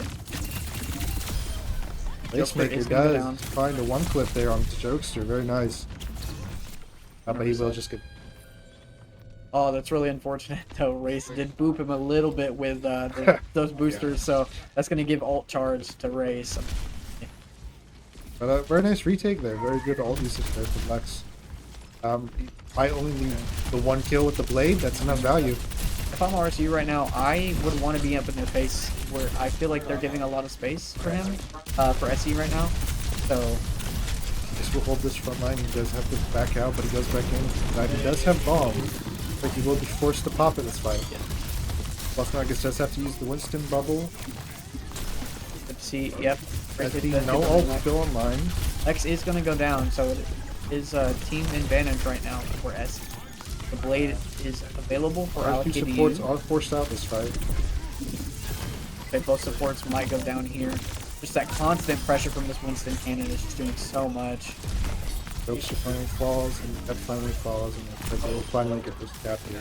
But again, we see kind of the inverse of first map here. RSU is at 90%. SU was at 90% in the first map. Like you said, this game mode, you have 1 or 2 fights. And RSU doing a very good job of holding these corners and these spaces so far, and just letting them in, and this Genji Tracer just collapsing out. Very hard to get this Genji Tracer out from his flank angle. Yeah. Obviously, Tracer has the recall and blinks. Genji with the deflect, so they have some survive tools. Carry Rush will be used. Spacemaker goes in and ensure. Allocate finds 1. Spacemaker finds Hadwad, and Spacemaker will find him. it's very, very solid. I mean, SE has insane ult advantage right now. Allocate's going to find the blade just to clean it up. Can't even blame that blade, to be honest. RSU may not get his touch here. Maybe it's possible. Hadwad Hadwad is in the position to touch it. with a pulse bomb as well. I wonder if they're going to go for a pulse bomb. They've been found, though. They have been marked. Able He to does find... have the orbital ray, so a drawn out fight will be in their favor. Fluff Nuggets is going to find legs. The pulse bomb is not going to get any value. Fluff Nuggets is finds going to another. find another. What does get a trade though, but it looks like RC is just too low numbers. That was just really unfortunate. They were finding that try fight there and building their ults as much as they did. SC came in with 5 ults in the last fight, and RC was not able to respond because they just didn't have the ults to match. Yeah, despite RSU holding getting there first, like I said, getting there first and playing the defender's advantage very well that second point, but they just did not find the retake value. So RSU is going to be making a swap over to the Malga in the very, very strong top, very good frontal pressure. Reaper will looks like to punish the Winston if he does get too close. RSU now in the Malga. They're going to burn this bubble. I mean, I think that's going to be their core thing, is they just don't want this monkey to set up anymore. Looks like they're all just looking for tools just to live. Race Ace does find Fluff Nuggets. Spacemaker on the flank here does find Ned Path. Does find him on the exit, but RSU does manage. They're going to match the Malga. Honestly, RSU is in kind of a rough spot here. There's a chance they might not get back to Asuna to defend this point here with all 5 members of the team. SC coming back with a rally soon and Blade. RSU does have Orbital Ray. We'll see when they use it and how if they can get some value off of it. Both Malgas are just gunning at each other. Basically find legs. Disengaged there, but SC will slowly win this fight. Like Jokester. Jokester did use a barrage there. I'm finding the value that It looks like both supports though on both did end up using there. Yeah. The Brig, all the rally was found as well as the Yeah, Warhorse, SC so. just finding RC there on that bottom of the stairwell, just finding RC before they could really do anything. And RC just slowly backing up and just not do anything in response. RSU does have the ult economy to be able to actually fight first. I think they're going to be using that race for Lex. Lex is going to use Both that. teams do find finding- one. Love Nugget's still here on the front line. Does find Hadwell finally. Does get stunned. If Ray says she is. Ray says still with the cage. Pops the Is going to cage. use the cage. Right on the Brig there. Very possible to be one here for Very RSU. scrappy fight, but it's Racy. Yeah, unfortunately, it's just that Genji deflect just in the face. Can't find value with your Alga shout to heal off the Alga. The Hadwell does find the touch. Finds one. Reaper all 8 deflected back and falls. Basement through popping the ult. Finds one. Doesn't get a touch. SC just doing a very good job of just shutting RSU out. Kind of on these pretty much every point, but second point probably. Yeah, I definitely think that very very good showing from SE. I think honestly these two teams very very similar still. Yeah. Very very good matchups on both sides. I think SE is very very good at just finding what works and what doesn't work for you, Yeah. and then capitalizing on that. So very impressed. RSU some very good moments, but Mhm. execution just was not enough. He just slowly finds better value over Mhm. time.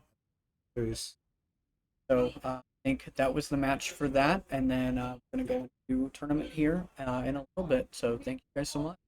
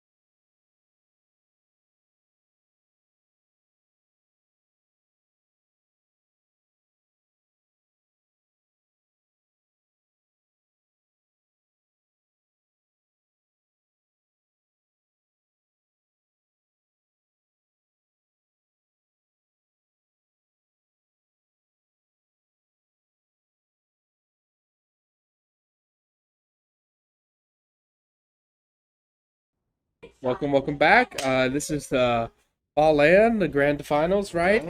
We have SE and TU against each other. There's an alternate stream for the other teams if you'd like to see who gets third and fourth place. But this right here is the main stream for seeing who gets the big prize, right? Yeah. Big match. Big match. I'm trying to think. So we just got info that TU banned Soj and SE banned Juno, right? And so we've been seeing most of the day that SE's been running that Genji Mauga comp. Like they've been running it down.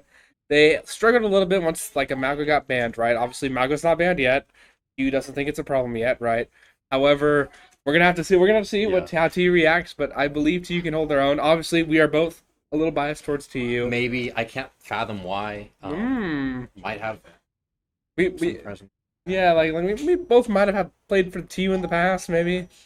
Yeah. But, you know, I mean, SE out here looking great on the Mauga SE does look Genji. bad, yeah. They're running it down, making amazing plays. So, you know, maybe I should root for SE.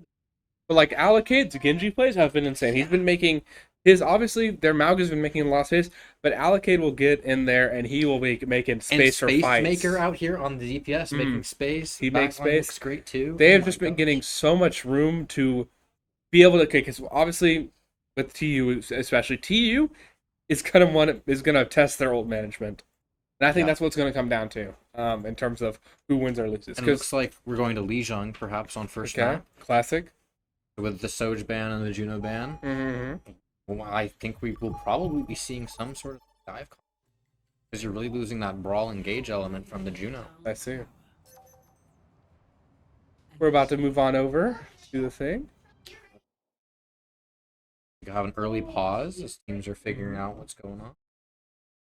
FalLAN of FalLAN fame is the one doing the production at the moment. I was one and on it only. earlier. Mhm. You have been casting today, so Yeah. we shout out to the production team behind all this, and of course, FalLAN, Coach FalLAN for TU, organizing this whole event at Contender Esports. Oh, long way, right behind us. So yeah, hopefully we have events like this in the future. But it's awesome seeing all these teams from Oklahoma come out and participate. So looks like we're still setting up the match, making sure everything It works. looks like we're switching over to the game very shortly, Mhm. and we are indeed on Lijiang Tower. Here we are on Night Awesome. Market. Both teams raring to go. Oh, okay, I lied. We have two very, very, very heavy brawl compositions. The TU one is more centered on setting up some like staging ground and then contributing a lot of poke with the Torb and the Kiriko. Looks like both teams are going for an early teleport. SC's comp is much more focused around brawling on point, setting up your Baptiste good spot, and wow, with the cast, it's going to be a tough fight for frontline here. I personally haven't seen T play Orb often. I know he's been playing a lot of Freya, so I'm interested to see how this goes. But it looks like Loftus is they're gonna stick double turret, and we're gonna see how that goes. Both teams are TP to point, but TU has beat them. Let's see. who goes Huge first flow here. on backline. Baptiste dying immediately. Double turret gets a pick on the Baptiste. That's big. Lucio And that's both the going boards down. That's tank down. It's just DPS, and it falls. only T-Shop dying there. Maybe Yeah. we see an early switch to the Freya. That first fight is so important, though, especially with the Sim TPs. That's We a see classic two crown on this map. instant swaps from SC going over to the free swaps. Asfara and Mauga. Mauga is what they're comfortable. Again, let's see if TU, the Selfish Nebula Ram, can force them off the Mauga. However, things are going to get a lot more interesting here. That's going to have to sustain himself Shield a has lot. been forced. SE did decide to stay on the Baptiste here, though. Some far flank shots, putting out a lot of pressure here from Spacemaker. I don't It think looks they realize he's here there yet. Oh, dear. Oh, and he gets booped into safety. Neb going down, though. It looks like tanks have been traded out. Baptiste one help here. Desfara in the backline putting out so much pressure, but it looks like everyone managed to stay alive on the side of TU, except for Neb coming back. Desfara might be a bit of a problem here for the Lucio. Allocate on the McCree. We've seen him on Genji earlier today, but right now he's on McCree. Let's see how much space they can take here on point. Selfish Nebula has you slow. But Mauga has run in. Interesting strategy there. Lamp is used. Looks like an early pick on T-Shop here, but Mauga going down. Huge wall from Wem here, setting up the fight. Looks like fight is already over. Oh my goodness. Spacemaker does trade out Lucio, but like a good stagger on this Baptiste. See, the problem I feel like right now is SC doesn't really have a plan. They're kind of running in. Their Mauga shoots, maybe run like literally runs in, and things kind of go from there. And it feels like TU's just managing and zoning them. I feel like this is a chess match, right? And I feel like TU has very much control of the board and the point at this point in time. They can't manage to lock down Wem here on the Symmetra Loftus, sorry, and with T just being so survivable, they don't really have a dive target. And Spyro is playing super, super well, and he's staying alive. Early pick, though, here on Loftus. Start the fight. We have a little angry Torb in front of the Mauga here. He's sustaining. Oh, that cardiac arrest was not enough. But Neb manages to pop ult here. Living. Huge slow on the Pharah, too. Pharah gets Mega. It's Pharah versus... Oh, that's map. Wow. Good first map here. You fully locked out SC. Wow. Well, looks like what's going to probably happen here is SC's going to realize that they need to make plans, right? Yep.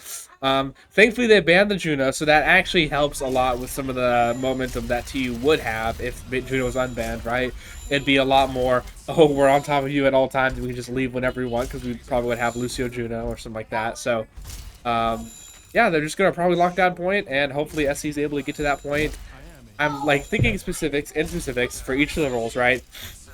The tanks, Neb is completely zoning out their Mauga. I mean, SC's Mauga, Fluff Nuggets. And I feel like in order for Fluff Nuggets to get space, we need... Oh, looks like Fluff Nuggets is going to mirror the Ram. It's going to be some Ram-on-Ram action. They're going to be ramming each other. Our early dig force, though, on the Venture, that's going to allow TU to walk and force Wraith as well. Wraith, Suzu forced, Ram really low. They can just walk in for free now. Looks like they decided not to commit to the fight. So much poke being put out on the off angle here by T-Shop. T on Freya, by the way, just switched from Torb. That should be point already. With SE losing their speed boost, Reaper getting picked. They're down on cooldowns here. Fluff Nugget's taken out. And it looks like a quick cleanup for TU. Goodness gracious, they have so much pressure here. What's going to happen, I guarantee you, they're going to anchor that classic hallway back there, and they're not going to move unless something happens from SE to make them move. Looks like SE is sticking the Kiriko. It's going to lose them out a lot of pressure in the brawl. But they're relying on this Venture to make a lot of space. And it looks like, oh, barely managed to TP out. They did blow away Suzu, though. No Suzu for the side of SE. With Fluff Nuggets going down early, not enough support coming through from this Kiriko. Both DPS are on the flank right now. I don't think it's going to make much of a difference, but... Spacemaker does find T-Shop, but that is game. They will have a bit of an easier time re-engaging, though. Dear. They kind of had the right idea, though. They might pick. have had the right idea with that, I feel, because obviously we have like our DPS. Yeah, oh my goodness. I don't know about TU's doing some silly activities, probably spawn camping, maybe getting a little egotistical. However, I'm ready for all these ultimates coming up, though, right? We're gonna have just Venture. into the wall entirely, and now they don't have wall for this fight. That is gonna be very problematic. I don't quite know what Woman's doing there. Looks like Allocate has gone over to the Tracer, hopefully like forcing point or a good off angle here. Huge beat from Gamer, since keeping the entire team alive, completely countering the rush. Like, completely shutting out SE once again. Perfect ult usage there from TU. Oh my goodness. Window and the beat, completely wiping SE, who don't have a single ultimate online. Well, they're about to. 3. Coming up on 3. Oh my gosh, that Lucio pick is huge. They will not have a beat for whatever ult. And they will have very slow rotate to point. Allocade's going to have to get touch here somehow, some way. They're looking to stop him on the angle. Allocate has been trying his best though to do these sneaky flanks. Oh, looks like he's on our Freya T-Shop here. Will he get the pick? Looks like T-Shot might be going down. However, Neb Huge has fight. popped his ult in It's the just background. Tracer on point here. That's with the Tracer going down, that should be map. Convincing win from TU.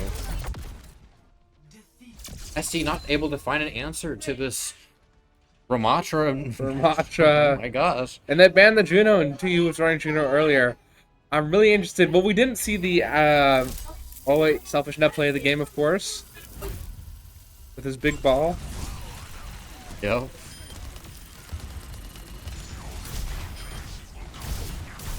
I'll say that one.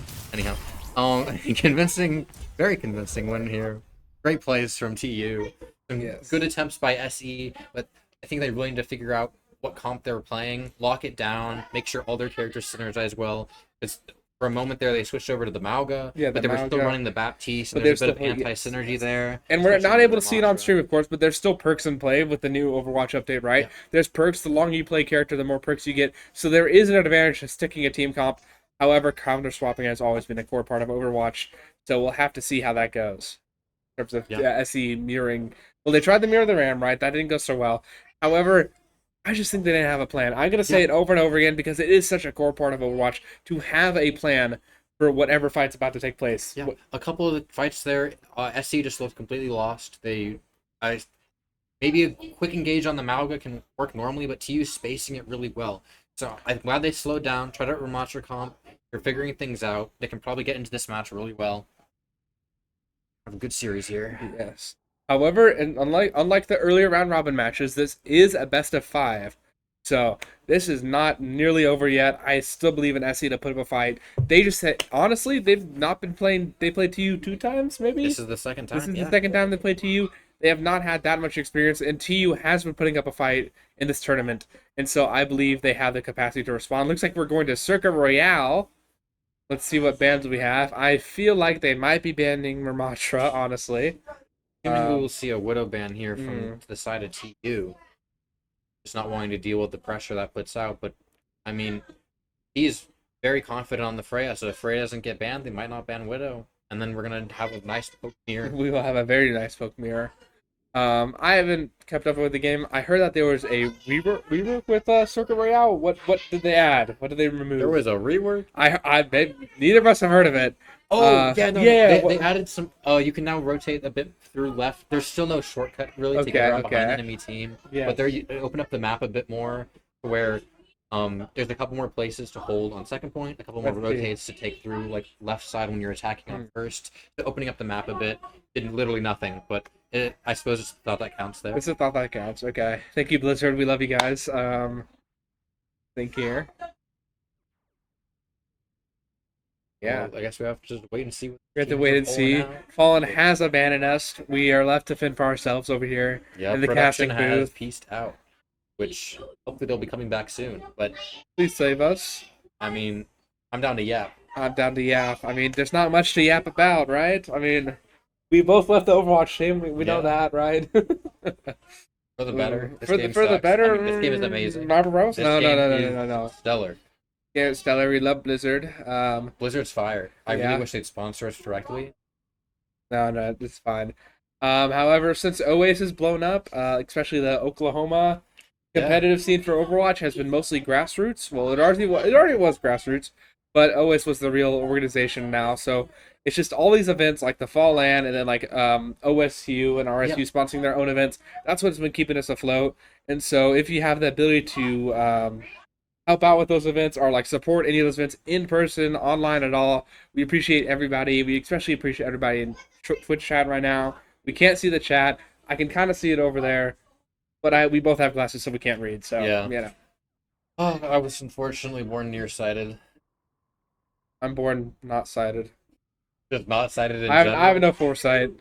So This guy can see into the future on Lucio. Sometimes he beats, and I don't know where that beat was going. No, but it prevented some collision of prevented particles something. like way down the line. And Maybe. it's impressive the state. I send that the this sound guy particles generates. into the future. You know how it is. And this guy sometimes pulses nothing at all. Hey, sometimes just the spacing pulse. Oh, The- you're right. the We have to mental take space, right? Yeah, no. Because the radius of a pulse is like this big, right? So it's Yeah. like that's a lot of space. You It's need an that. entire like tiny corner where they Ah. can't stand for 1.5 seconds. Yeah.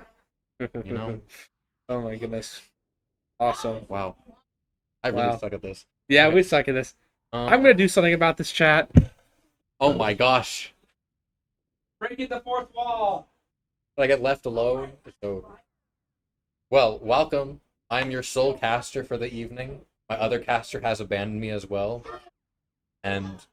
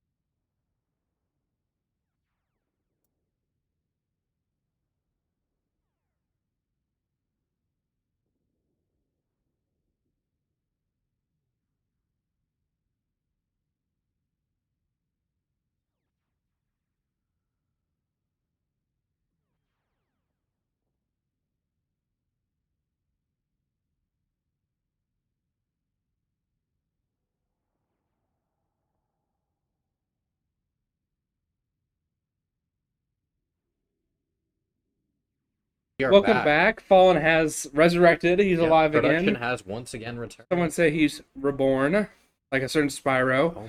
Oh my, Oh my goodness gracious. these jokes are falling apart. These jokes are absolutely horrible. As you can see, right below me, we have all the teams right there. Yeah. Oh my Wow. gosh. Is that Connor's standing. Is that I mean, Connor T-Shop Williams in the the B one attire? and only. The B I think I just attire? DDoSed him. That's unfortunate. I will not be saying his player name, so you will not be able to get that information. Yeah, I wonder on, who. on this I- on this side, it looks like we have the. Me and Andrew have not been doing any casting this at all. guy is great. This guy's great. Oh my goodness. This is my first time casting. This is my second is time. fire. Oh, it looks like we're going into circuit. Okay, oh my Circuit gosh, Royale. here Oh we my go. gosh. Peak. If only our production cinema. could switch the scene faster, so we could like get off screen and. I feel start very narrating the self-conscious map. about my face right now. Yeah. Oh my gosh! Thank look you. At that. It's a Christmas miracle. You just got two. Okay, we are gone from your site, and now we have the map. Havana. This is not Havana. Circuit Royale. Circuit Royale. Havana is a different map. So it looks like SE made the decision to take TU to Circuit, and we have the Ramacher band and Yeah. the Juno band. I had TU for the Juno ban. Interesting. I'm gonna ask production real quick. Is that a Juno ban? Get a Juno man. Did we not ban Juno twice in a row? We have not. Okay. They banned Juno last match. So we got another Juno Yeah. band coming out. However, I was expecting the Ramatra. The Yeah. Neb Ramatra has always been a huge differential. We have Um, an interesting comp coming out from the side of TU. It looks like we were running Junkrat Farah. Real comp. oh my goodness. SE is looking to hold corner with Reinhardt here. A lot of healing on the Reinhardt. Yeah. Suzu on the Reinhardt. Just not letting TU get any footing. Good poke from the Ashe. Off-angle pressure from the Genji. This could be a really strong hold comp here from SC. And TU's looking to break it with heavy poke, Baywall, and a really aggressive backline. Yeah, it looks like T is on the Widowmaker. Sadly, Junkrat is outlawed in the FalLAN tournament for personal reasons. But we'll see if any T gets any picks, sneaky picks here. Allocate is Okay. on his classic Genji, though. And T-Shot so- made some space, taking out Spacemaker. You got a nice shot dropped Nice in shot in chat. chat. Fire Reborn killing King Wheezy. Huge space being made here by Nebula and Spyro taking Spyro. first corner already. We see SC switching over to the Farah already and off of the Ashe here. Late kill on Kiriko might secure first point for TU. Oh my goodness gracious. Fire really shows that support players can fight back. He has gotten play of the game previously in this tournament, so I'm excited to see what he does on the Zenyatta. Allocate here looking for a close angle on the Cass. Fluff Nuggets taking some space down long. They're going to have one fight here to contest. Shots opening up on Neb. Forces early barrier. We get a Maywall to prevent touch. A lot of pressure coming out on the Reinhardt. Huge pin. Oh, we missed the lamp. It's okay, T-Shot though. is taking out the Farah here. All of TU still alive. Huge wall on the Rhine. Easy kill there from the side of TU. Crazy Then taken flashbang. out, but that seems to be first point. Honestly, I think T-Shop and Spyro's picks really just made it a free, easy walk there. Yeah. However, that's the first point of this map, and that's like the longest, most like pokey part, right? Yeah. From here, it gets really hilly, and it gets way harder to get those free Widow picks and free Zen picks. Of course, they'll still be spamming corners. However, it'll be much harder. A lot tighter corners here for SE to work with. They look to have switched over to the Sojourn. Almost a kill there onto T-Shop, returning the shot onto Showmaker. We get a window from both teams coming out here with a huge shatter from Fluff Nuggets to be responded with by Spyro. We get a good trank, keeping everyone alive. Huge rock saves Neb. We got Pin though. Pin was canceled. Pin was Here's a canceled. blizzard. And Neb manages to live. When Blizzard did do much, oh, here comes that We get a grab. flux on the Baptiste, and he does not have a lamp. Reinhardt behind here, but Neb forcing the DPS to walk back. Huge Maywall, preventing them from touching point. And Rock the on the T-Shop Reinhardt. ultimate. Huge eat. Looks like May is going down here, but both DPS are 1 health, and that should be second point. Oh my goodness gracious. That was every single ultimate besides Rush used on both sides to secure that point. And they kept stacking on each other. I didn't even notice that T used his little Widowmaker ult, but no, that's Yeah. how it goes. TU has 5 minutes to cap third point. This is notoriously one of the hardest points to cap in the game. So SC might be able to find some footing here and get a hold going. They have a good comp for it. They just need to not get picked. Comp applies so much pressure though. We might see a quick rotate here through. Huge mark though. They know they from want the to get to that Sigma. high ground though, so they're They not can get gonna let walled them. off here. That's a huge wall, and this Reinhardt should be going down. Oh, huge rush from the side of SE, taking out 3 here. Unfortunately, while that was a good fight, the amount of cart push here that T got on point really diminished the value of that rush. Sneaky low Kiri headshot there. Yeah, so the problem is, obviously they want to take, they want the space, yada yada yada. However, whatever space they take and wherever they fight, most likely T or somebody else is just going to push the cart, and that's going to be a problem for them. Looks like we just shattered, but we're not able to follow up on it. Unfortunate.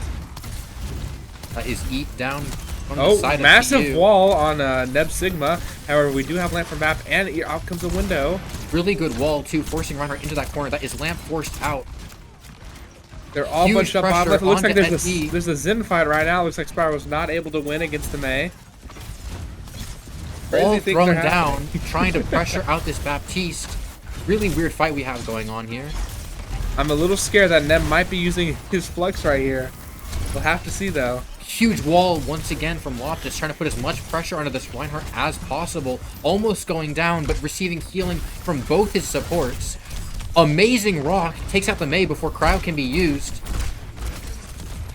Big Freya, couple shots. he has gone over to the Freya from the Widowmaker to put out as much pressure as he can from an off angle here. Baptiste taken down. Window no longer getting value. Amazing shots here on the Kirika. And that seems to be second corner for TU. SE with a good minute and a half, a 2-minute hold there. True. 2-minute hold. TU has some really good ultimates coming up to take this, with SE only having really Rush and Blizzard in response. Thinking that, okay, possibly. The problem is right now that they're juggling, TU's juggling their ultimates, right? Yeah. And we've seen it before. We've seen it every point. Every single ultimate from both teams comes out. Oh, here comes a Blizzard. Huge Blizzard. Thankfully, Loftus was able to get into cryo. However, Video Gamer is not. He's still saved by his own lamp, though. Crazy timing on that. And We a do huge have Shatter. freeze Oh from my Loftus goodness. takes out the Reinhardt. Looks like TU has lost their healing, but SE's lost their tank. TU walking forward, very limited healing, but with enough pressure from the Sigma here, and a huge rock from Neb. Supports walled off, and oh my gosh, the timing on that ice block from Loftus, keeping him in the game, dodging the shatter. TU's Baptiste coming back to the fight just now. We will do have maybe a see a window. window coming out here to guarantee this win. Stritzer is blinking around. Again, it's the allocate. Oh, not work out for him. However, we Should still see have a a window. window coming down now. Here comes the flux. We might have a window after this. See the window coming. There's the Okay, window. thank goodness there's a window. We are going to burn that Reinhardt. Very well timed window, and looks like we're taking out SE. TU takes out SE here. We keep Very actually convincing. saying we in the. However, we're supposed to be neutral. Yeah, of course. we're neutral casters. It's very Correct, neutral right? casters Right. here. SE putting up a great fight there. TU really looking washed on some of those engages. Okay, but we are allowed to roast TU though. There's some sloppy gameplay decisions from Nev there, right? Yeah, I think he. Anyhow, coming into round 2. He was playing Sigma, so Yeah. obviously he's off the round. That's actually something to note. Thankfully, Neb does have a diverse, cast of heroes that he plays for tank. Obviously, there's only one tank now in Overwatch 2. However, I don't think we really recognize that. Oh, he's on Sigma now, And right? Overwatch 2. Oh, how long has Overwatch 2 been out now? Overwatch 2's been for 3 years. 3 years. Oh my god. We're all old here. But the Sigma pick is something we want to know. He's just gonna hold down that defense. He's gonna lock down against a Reinhardt, though. My production is collapsing into giggles in the corner. Oh my gosh. We it's can't still keep going. afloat. The spectating here is really Like Really high enthusiasm. imperative. Oh my gosh. Oh my goodness. Wem with the Crazy wall. wall. Neb. Oh my gosh. Oh my He gosh. stalled Neb getting to the corner by a full 3 seconds And he there. sprayed the wall. Actual BM. That's crazy. Tilting his own team. SE coming out here on the Reinhardt, going right with the Sim TP, looking to take quick corners. Oh, here comes the space marker Far, about to make some space in the back. Going over the wall, most likely, looking for a quick kill, a quick engage. He's gonna do a little funny thing where he goes over, tries to get a pick, and then probably leaves. Let's see. I mean, Oh. with a TP, Zen just learned how to fly. I don't know how I did that. I think that might have been a delayed firebomb thing, but you know. Huge engage from SE. Entire team of taken out, except for Neb. Neb dying late, staggering himself entirely. Absolute bozo. Continuously though, it looks like that SES actually surprisingly like they got a really fast fight. That was there. a clean fight Yeah, plan. usually, Very well executed. Usually on this little row, it's like a very long fight, and then that's what happens. But like that far pick into whatever the heck happened with the flying Zen, it was amazing. And it looks like EU has not made any swaps. We're just returning from the fight here. Reinhardt's going to be taking heavy poke on his shield as he tries to push uphill into this poke composition. You have a flank going, although already down to 100 HP on the shield. Might be very detrimental to his health. It was indeed. TU managing to map flip against SE here. A lot of pressure now coming out onto TU. With SE being down their tank, it's only a matter of time. Space Maker with the funny pick. Space Maker, though, really good flank here. Putting out a ton of pressure. That Still made getting once healed. though. Still getting healed. Dodging. Oh my, he looked like Neo from the Matrix for a second there, but unfortunately, Wem eventually hits those shots. But with SE coming back quickly, Neb going down. Looks like SE have managed to secure first point in a bit of a sloppy but well planned out engagement. Loftus dies a little late there. However, they made a plan. They finally seem to have actually made a plan. And I think that's what's going to be able to let them have fights against TU that are TU successful. getting really lazy here, staggering themselves continuously. I wonder what we will see change.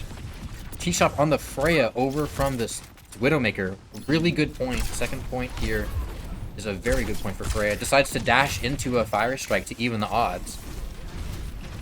I still have no idea how Freya works. Is that little pausing thing in the air part of the kit? Yeah, every time you scope in, your character pauses and does a little Warframe aim glide. I see. Oh, that far isn't there? Oh. Oh my goodness, crazy. Well, Crazy Freya just jump got out of nowhere. evaporated. It looks like I'm just glad to stop playing Overwatch. Big comms from production over here. Wow, doxed him too. Dox them too. It does look like we do have maybe a couple ultimates here. We're gonna have Transcendence. We're gonna have T-Shop's Freya ult. And we're Swinging gonna, with window, quick there's the window, window. huge wall, and other wall. Sim wall. That sim wall shut down that window insanely well. Amazing Trank though in return. When Lop's barely staying alive, T-Shop does go down here. If he can secure a kill on this Reinhardt, it might be winnable. But oh my gosh, SE with the playmaking, completely dumpstering TU. We're getting caught Oh out my goodness, entirely. Loftus is staggering himself. There is no point. You can just die. What we're saying though, I do like their ult. There. Anyhow, We're in shambles. Excuse us. T-Shop staggering himself even more. Oh my goodness Only gracious! ult on the team will no longer be present in third point here. It looks Four like- and a yeah. half minutes. It looks like TU hasn't really considered that the other team, that SE, is going to be just counter-calming their ult, and they're going to respond with ults of their own, and that's what the playmaking that SE needs to have is. They're doing it. They're Neb doing about it. to get MTD'd here with Fluff Nuggets on this Shatter. Wait till we see this happen. Oh my god, it's so Shatter on the clean! corner, beautiful. Fire strike. Pin. Oh Pin on my, you somebody. gotta land the pin on the Lucio. Oh, that Lucio late almost fire got there. Oh, strike. Hey, very, we very, got very a back winnable. shot of Ryan. SE looks like a completely different team on this attack than their defense. They have a plan. They're playing it well, setting up angles, off angles. TU has no idea what to do. They've switched over to the Winston. Oh my goodness. Maybe a bit of extra pressure here. Huge Freya ult, ult massive. from Freya. T-Shop trying to clutch this out as his team runs it down. It looks like there's only 2 left though for SE. Huge ice block keeps them in the game, and a wall. Not quite able to cap it on the side of SE. SE though coming up on a lot of ultimates. There. SE has a lot of ultimates. However, I think it's going to come down to how long this fight lasts, right? Because like TU has freeze, but they're going to be coming up on window and beat very soon, right? And so depending on how fast SE goes here is going to like depend on how fast TU responds, you know? Yeah. And so I believe if SE, plays how their pace right, then they'll be able to beat everything. If However, SE gets a good window here on the Winston, that might be just point entirely. That Winston's going to die immediately. Oh, we're going Looks top like we high ground. Did a quick TP, a quick rotate. BAP 1 HP almost taken out. TU's BAP taken out instead. We're gonna probably Looks like Neb might be able to get the kill on the Fari here. But we desperately need some ultimates. Huge freeze on point. Massive Freezes 3. Loftus died for that freeze. Bubbles off was of the worth shatter. And it looks like TU has managed to hold on once again. I think that Ryan's gonna get staggered. And this isn't scrim, so staggering is allowed.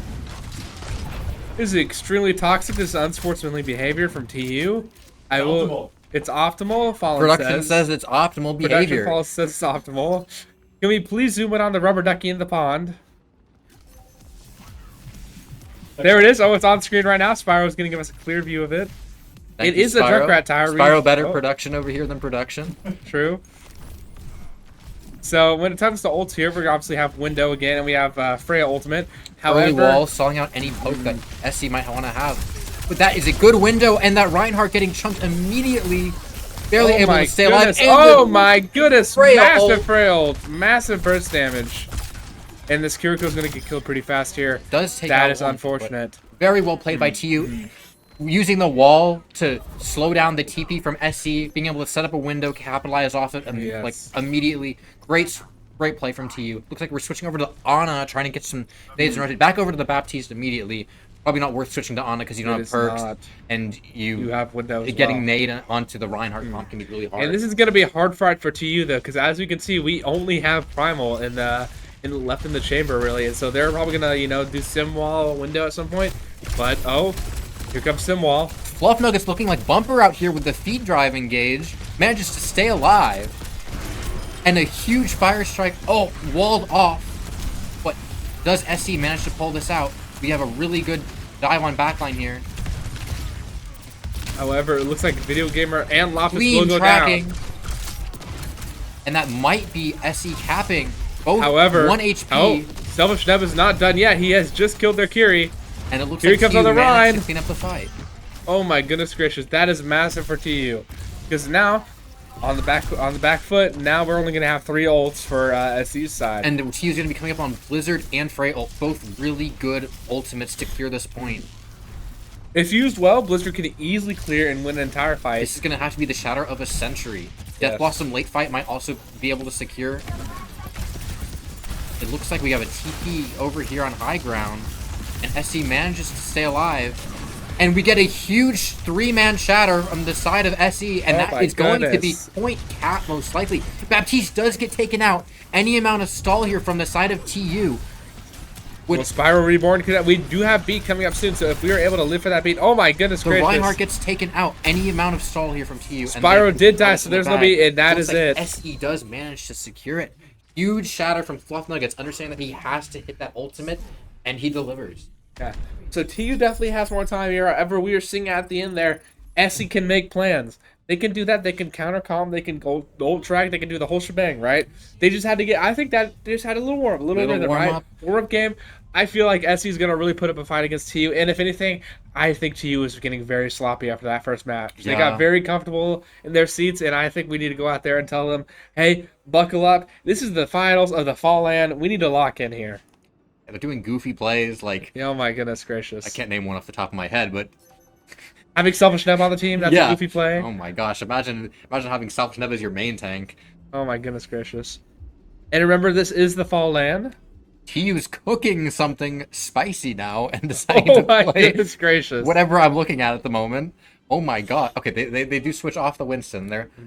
Okay. We're pulling Loftus out Farah. the Farah on defense here. A Dang. great pick into the Reinhardt. Looks like we're switching it for the Mei. That makes sense.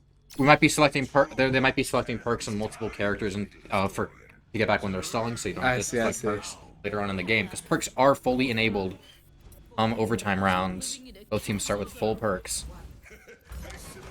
Here we go. We have a lot of poke coming out from the side of TU. SC going to have to make huge use of this TP. It's like King Weezy's going to hold the corner here, keep his Rhino alive, right? However, we do not want to get picked by that May or Freya. Venture setting up on the off angle here, looking for a really good engage. Going in on the back line. Freya putting out some poke Oh here, my goodness, what a but charge from Freya the might side. maybe be going... That character's mobile. Okay, never mind. TU flips the map. Who's on first? Who's on second? I have no idea what the heck is going on. SC's going to have a huge, difficult time pushing into TU here. But it looks like they do manage to catch out Spyro. Oh, And looks SC like does Nev have is a back too. good fight. Very well played from the side of Yes. SE. I don't know about flipping the map in this scenario. I'm not gonna lie. I feel like that's really a cooked something disadvantage. there. They really did. 'Cause All off of the yes. TP though of SC. So that was set up very well by SE. Yes. SE wasn't able to handle it well. If anything, that defense that you get from being on the defense side is way better than TU's downward position on the offense side. So good, amazing TP by them. It's like we don't really have any ults besides maybe Shatter coming up here. Maybe Freya ult. Close to C9ing here. That is rock, wall, and TP all thrown out at once. The Symmetra gets booped away. Suzu coming out from SE. We should still have Lamb. Insane pressure on Selfish Nebula. It is enough. He And- dies. Neb goes down. We might have a cheeky Shatter in the works Spyro here going soon. for a clean kill on the Baptiste does not get it. Unfortunately, that would have been a huge stagger pick. But it looks like TU is dying. Oh my goodness. And SE takes TU to second point in overtime. So let's talk about things, right, Andrew? So we have multiple ults here. $5 if they see 9. $5 they see 9? Oh my goodness, I'll take you up on that bet. Just kidding, I am poor. It looks like that. We have multiple ults, right? We have Reinhardt Shatter. He still hasn't used that Shatter. And I'm really thinking that there's going to be a little sneaky pick from one of the teams here at the beginning. I think that's how we're going to start off Neb the getting match. huge ult charge here, going for the C9 immediate ult on Oh. point. Here comes that Flux. 5-man flux. Got both supports out of the teleport range. There is an immortality on field, though. Oh, here and a comes the huge freeze. rock, and they C9. I am so glad. I'm so glad I not take you up on that bet. However, that was Blizzard. Technically a C9. They had 3 alive. The officiator of the math says that is not C9. Therefore, I do not have to pay any money to anybody. All right, what comp do you think we're going to see TU cook on attack here? It's going to be a Oh, rough dear. attack. Reinhardt very good at holding space. The Loftus farm might exist. SE not able to capitalize the use of the TP though as much on Yes. defense. It's a lot harder. They might have to cook something else here. You had a very, very good attack. I'm not going to lie. The Reinhardt's nice, right? It's like, well, like, I completely forgot what supports the other team was playing. I've drawn a blank. And your name's blank, so you understand about blanks. But, oh, it looks like Fluff Nuggets is on Sigma now, by the way.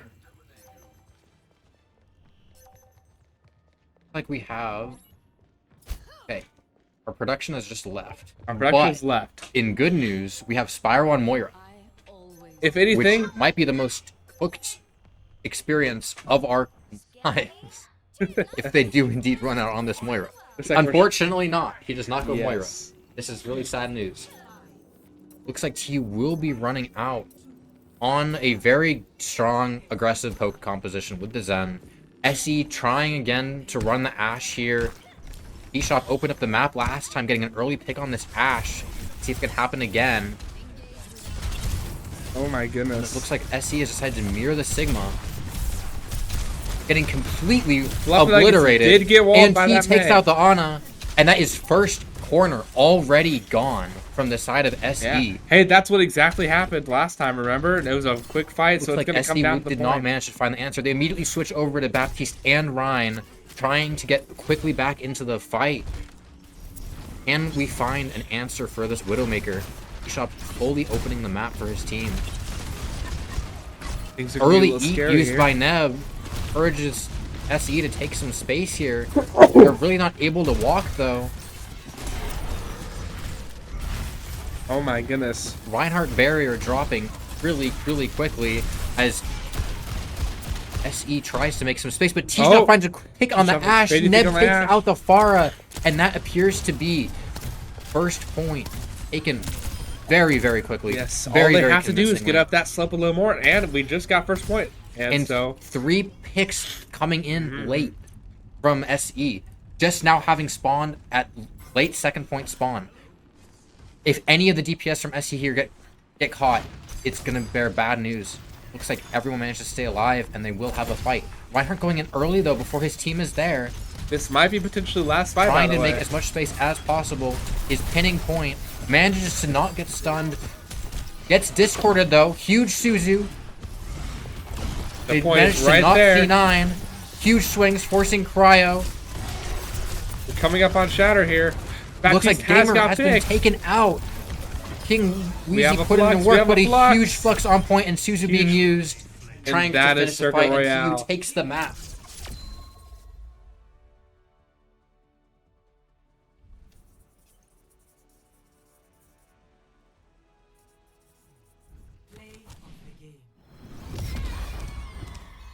Why is the fox red?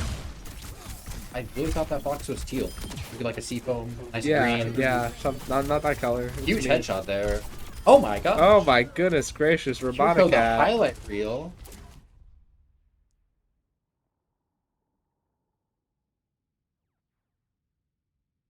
All right, production is abandoning us once again. Nothing new and different here. Hey, I gotta go talk to my team.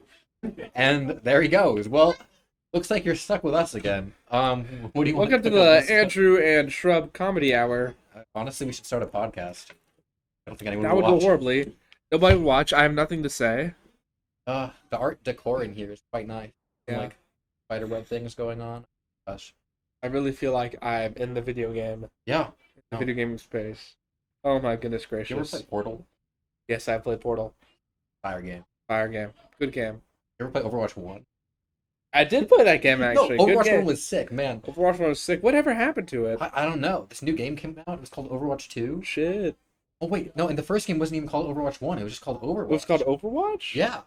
But isn't Overwatch 2 called Overwatch now? Wait a minute. Wait a minute. Something's a little funny. Something's a We little... we discovered a glitch in the making. Anyhow, that was an amazing second map. Looks like SE found the answer on the attack with the Yes, Symmetra, they did. but they were not able to capitalize with Mm. anything on defense. They had no answer for defense. I think they really needed the Mei there to slow down the poke from TU to help their Sigma hold corner, help their Reinhardt out. They needed some sort of extra defense against the poke from Yeah. TU. TU just had such an aggressive comp and was able to force every angle. T-Shot finding opening picks every single fight on the Widowmaker. Like, okay, all I'm going to say about that is I think that SC wins more when it's a longer fight. Or not longer fight, but more multiple engagements over a long set of time, Yeah. as the match.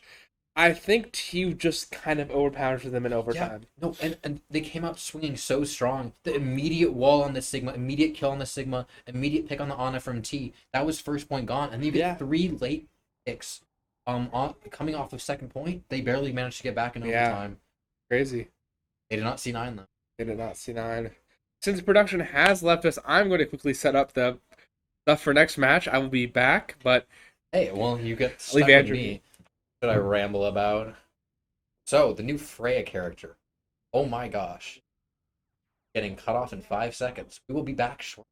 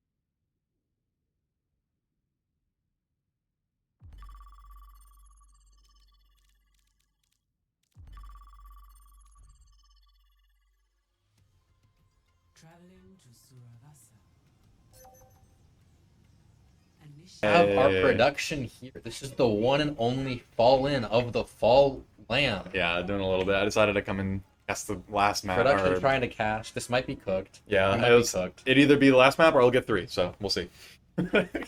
Here we go. Let's see. We're loading Looks up on. like we're on Saravasa. Right, We get a right. cast ban from the side of TU. Yes, they actually went through. They banned Lucio first. If I had to guess, they're kind of scared of some of the classic like brawl tanks, and they wanted to force this Juno Brig, which we're seeing on our screen here. We are more than happy to mirror this. The TU is walking out very aggressive comp here with the Bastion. Oh yes, yes, that's real. Don't worry. Most likely a May swap.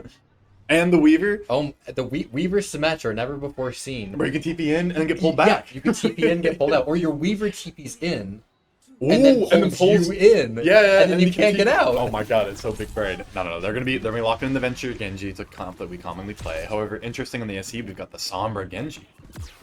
Now, first time we're seeing the Sombra here from S. Probably looking to counter the Freya in some manner, but we do not have a Freya pick here. We're running the Venture Genji. As we're looking around, we're gonna be looking the Sombra Looks like to access the Sombra back is line. already in backline. See where that goes for. Both teams staging on point. No resources being traded here. Looks like TU is a bit up on tempo. Sombra has not yet made herself known. Fluff Nuggets going in, but gets zoned out by the Ramatra shield here. Struggling to find value out of his cardiac. But the Ramatra getting completely shredded. Manages to pop form, staying in it, just barely alive. Facemaker kills T-Shop, and the fight can. Yeah, no, you really, in these fights, you're really looking for the Malga to get value off and sustain off that ram. He goes in for another engagement.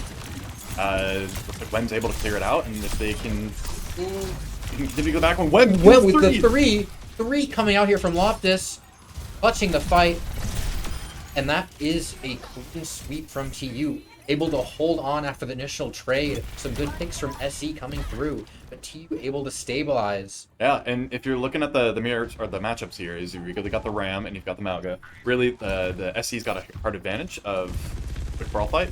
Looking to staying off the Ram, and they should be able to win. However, Wem really being the difference maker here, the reason we banned Cass.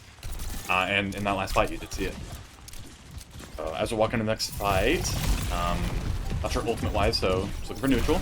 Lem might be completely screwed here, but man, just be completely screwed here. But trades out a kill on Juno, which is well worth it. Both supports down now from SE.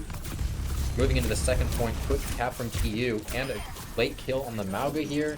He's going to be able to get set up nice and effectively on this. Got really lucky here with the map. Yeah, and Neb able to get a miracle pick there. If they lose Wham again, some of that playmaker, and looks like they are going to go ahead and mirror this venture. I think very smart. Summer not be able to find enough value into the Right, especially into that venture Genji. Walking to the next fight, we will have Ram ult and Kiri ult. I do expect SE probably to walk in with Cage Traps, but they'll have to build it. If Neb can go behind here, this would be thick. It looks like he decides not to. A quick venture kill out here from the side of TU. Off this killing Space Maker. Yeah, and you're noticing, again, that Mauga versus Ram. Really able to shut down that Mauga, but if you aren't able to control the venture in your backline, you will lose the fight slowly. As we're cleaning up. SE slowly dying here. Wins the fight. No ultimates used for either team, so quick picks discourages from using anything, and TU managed to bank up their ults as well. We're gonna have a huge fight here with TU at 5 and SE at 4. Yeah, and like if you're looking at this team fight as SE, you really gotta look as, hey, we really need to play, right? So you might walk in, use this blade, see how TU responds. And this cage they could use as well. I think an early rush here from TU to start the fight would probably be a good thing because you're up 1 ult. And you can go into your Juno ult and just completely stone out TU. Almost an early pick there from Heb. Excellent slow, he's really good at that. Like, we're trying to line up this blade. Going in with Rally. Brig should be going down here shortly. Brig down, but almost 2 kills here from Allocade. Not quite finding the second, but Space Maker finishes off Gamer. And so far we're even. Are we going to be seeing a blade here from T-Shop? No, not needed. Just the Mauga alive on point. Going forward. Yeah, the ult trade there goes really in favor to you. SE walks in with the blade rally. Good idea to keep their blade alive to push value, but TU just has too many responses and are able to space out both their support ults in order to match SE's. SE pushing in really aggressive with the rally, and Neb being able to punch through the shield, being able to take it down really quick. And crucially, Neb doesn't get caught inside that cage. If you get Neb caught inside the cage, I think SE able to win out that fight. So we'll have to see how they look into the next one, staring down a blade and a Venture. Guys are revealing themselves there, giving how to be able to take this fight without being harmed. Like he's going back for the mini, and we're staging slow fight so far. SE pushing up heavily into Neb. Form forced, an early blade gets completely shut down by Juno. Shut down by Juno. T-Shop not looking like Neo out here, completely missing everything. As they but Lost Nuggets going really one low yet. in the front. That's TU with a good ult from Optus here on the Venture, almost catching two. Recall forced. Lost Nuggets still very low. Again, you're looking at these team fights, and it is this Venture that's able to beat it out while Neb slowly kites this Mauga engagement. Looks like Mauga is still low. Neb staying alive here. He able to kill the back line. It's definitely winnable for both sides still. Ooh, the Venture ult. Barely staying alive. Huge Venture ult from SE, taking out T-Shop. Neb trades it out. Mauga soon to run out of ammo. There you go. Very nice headshots here from Video Gamer onto the Mauga. Clutches up the point fight. Yeah. Ram ult zones the back line. Overall, a scrappy fight, but very well played by TU. Yeah, no, looking into this next fight, that was expensive for TU. However, SE did use some of their ultimates. They got a lot coming up. They have a good chance of capping out this point. But they're going to have to make sure they're not used too many. Maybe build up a Juno ult and lock in and try to match Rush. If TU is able to play off of this Rush really well here, we might see a mid-fight Juno ult from them. And that could be the deciding factor. They do have to touch, and we're at 99. They get the Tracer gets touch. Forced out early, almost dies. Oh, walking Huge in. engage from Luck Nuggets here. Looking, an early kill on the Kiriko is huge here. Looks like 3 are taken out though from. Yeah, they're trading out. This Rush is hard. They're gonna need this ultimate. Might need this cage in order to win out this team fight. Needs it soon. He's gonna get it. Does not have And they do take it out. SE that just is not mad. quite able to get up to those ultimates right for that final crucial fight. Although very close, almost able to try out TU, recognizing that they had to rush first. And they will take that last map. Very well played by TU there, and really very nice, good. Nice attempts from SE. Yeah, no, both teams able to- putting up a good fight. I think SE had some good compositional choices and had a good shot at winning there. TU just really able to play out some of the old fights. And again, that Venture... We're seeing this clutch here on first point that really set the stage for the rest of the map. Right, the Venture Genji able to trade out towards some of these end of the fights when SE could win some of the frontline brawl. So Yeah. SE had a solid game plan, definitely went at it. And TU, they had a good ban, got rid of the cast that prevents that play style, and they were able to take that map. Overall, a good series. Yeah. Is that the last map? Jeez. Yeah. Well, I mean, I guess that's it. Yeah. Really great series here today. Multiple maps, multiple casters. Yeah. It was a great time here. Yeah, a lot of games, a lot of good comps, a lot of really bad games, a lot of really good gameplay. A little bit of Neb, a little bit of Spyro here and there, Yeah, you know. yeah. No, that was great. It was good to see both teams. Really appreciate it for all the teams coming out today. And the one and only Good Neb to see him all. here. I do see a Neb peeking in. He's looking a Oh little my excited. gosh. Is he here for an interview? Are we doing an interview? But again, and huge shout out to all the teams that showed up today, and even the team that competed online, OSU. Great to see them all come out, and hopefully, have more of these in the future. I think FalLAN Absolutely. went pretty well. Thank you all for tuning in.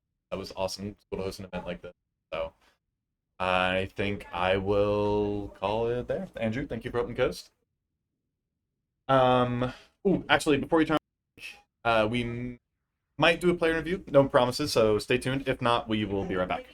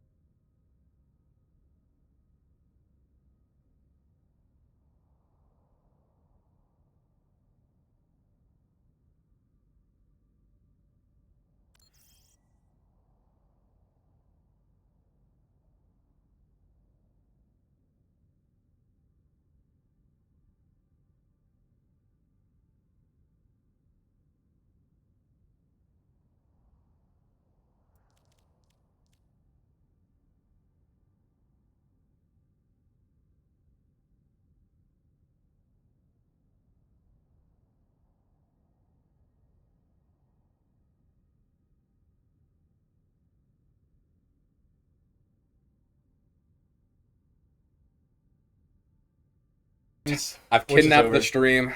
I own the stream now. Kidnapped. This is Selfish Nebula, by the way. He was the tank player Selfish you just Neb. saw. Ram, What Monkey, about- Sig, Hazard, whatever you want, I got.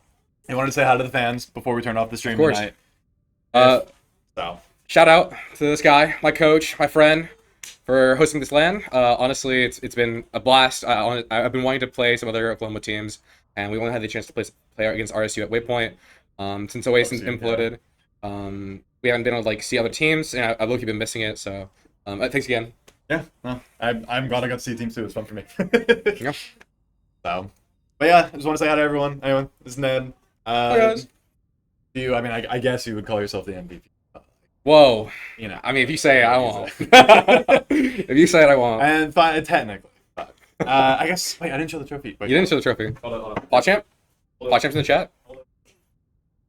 Can you shout out to Prod, by the way? Blaine Grimes now holding it down over there. Shout out. Yo, what's up? I was on prod. I'm sorry I spectated. I will also thank the rest of my teammates. Holy hell, they showed up and showed out. Honestly, I couldn't have asked for a better performance from my teammates.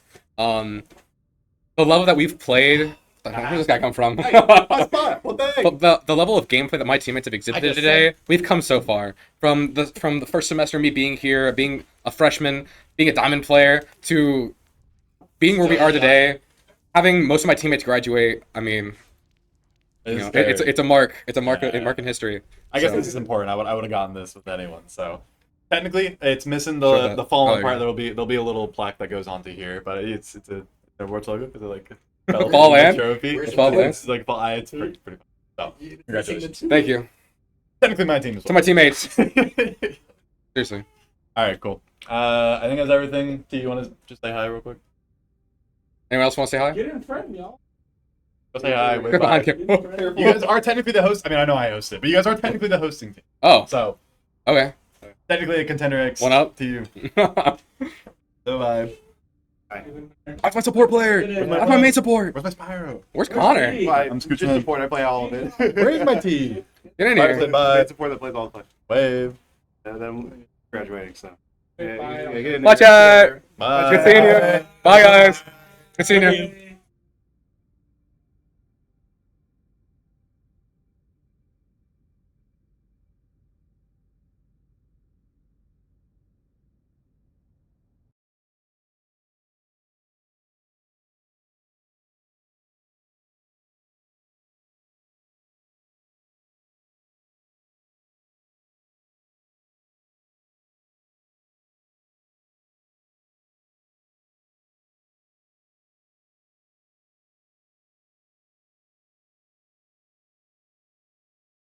Hold up. One more cameo real quick. We had SE. We're gonna see. Well, actually, I mean. Get a quick cameo from SE saying bye to the stream. So they're kind enough to travel out. Come say hi. And then just wave at the camera. I had to say hi. So. Oh. Was a Bye. Bye. Appreciate y'all watching. Thank you so much for coming out. Thank y'all. See ya. See ya.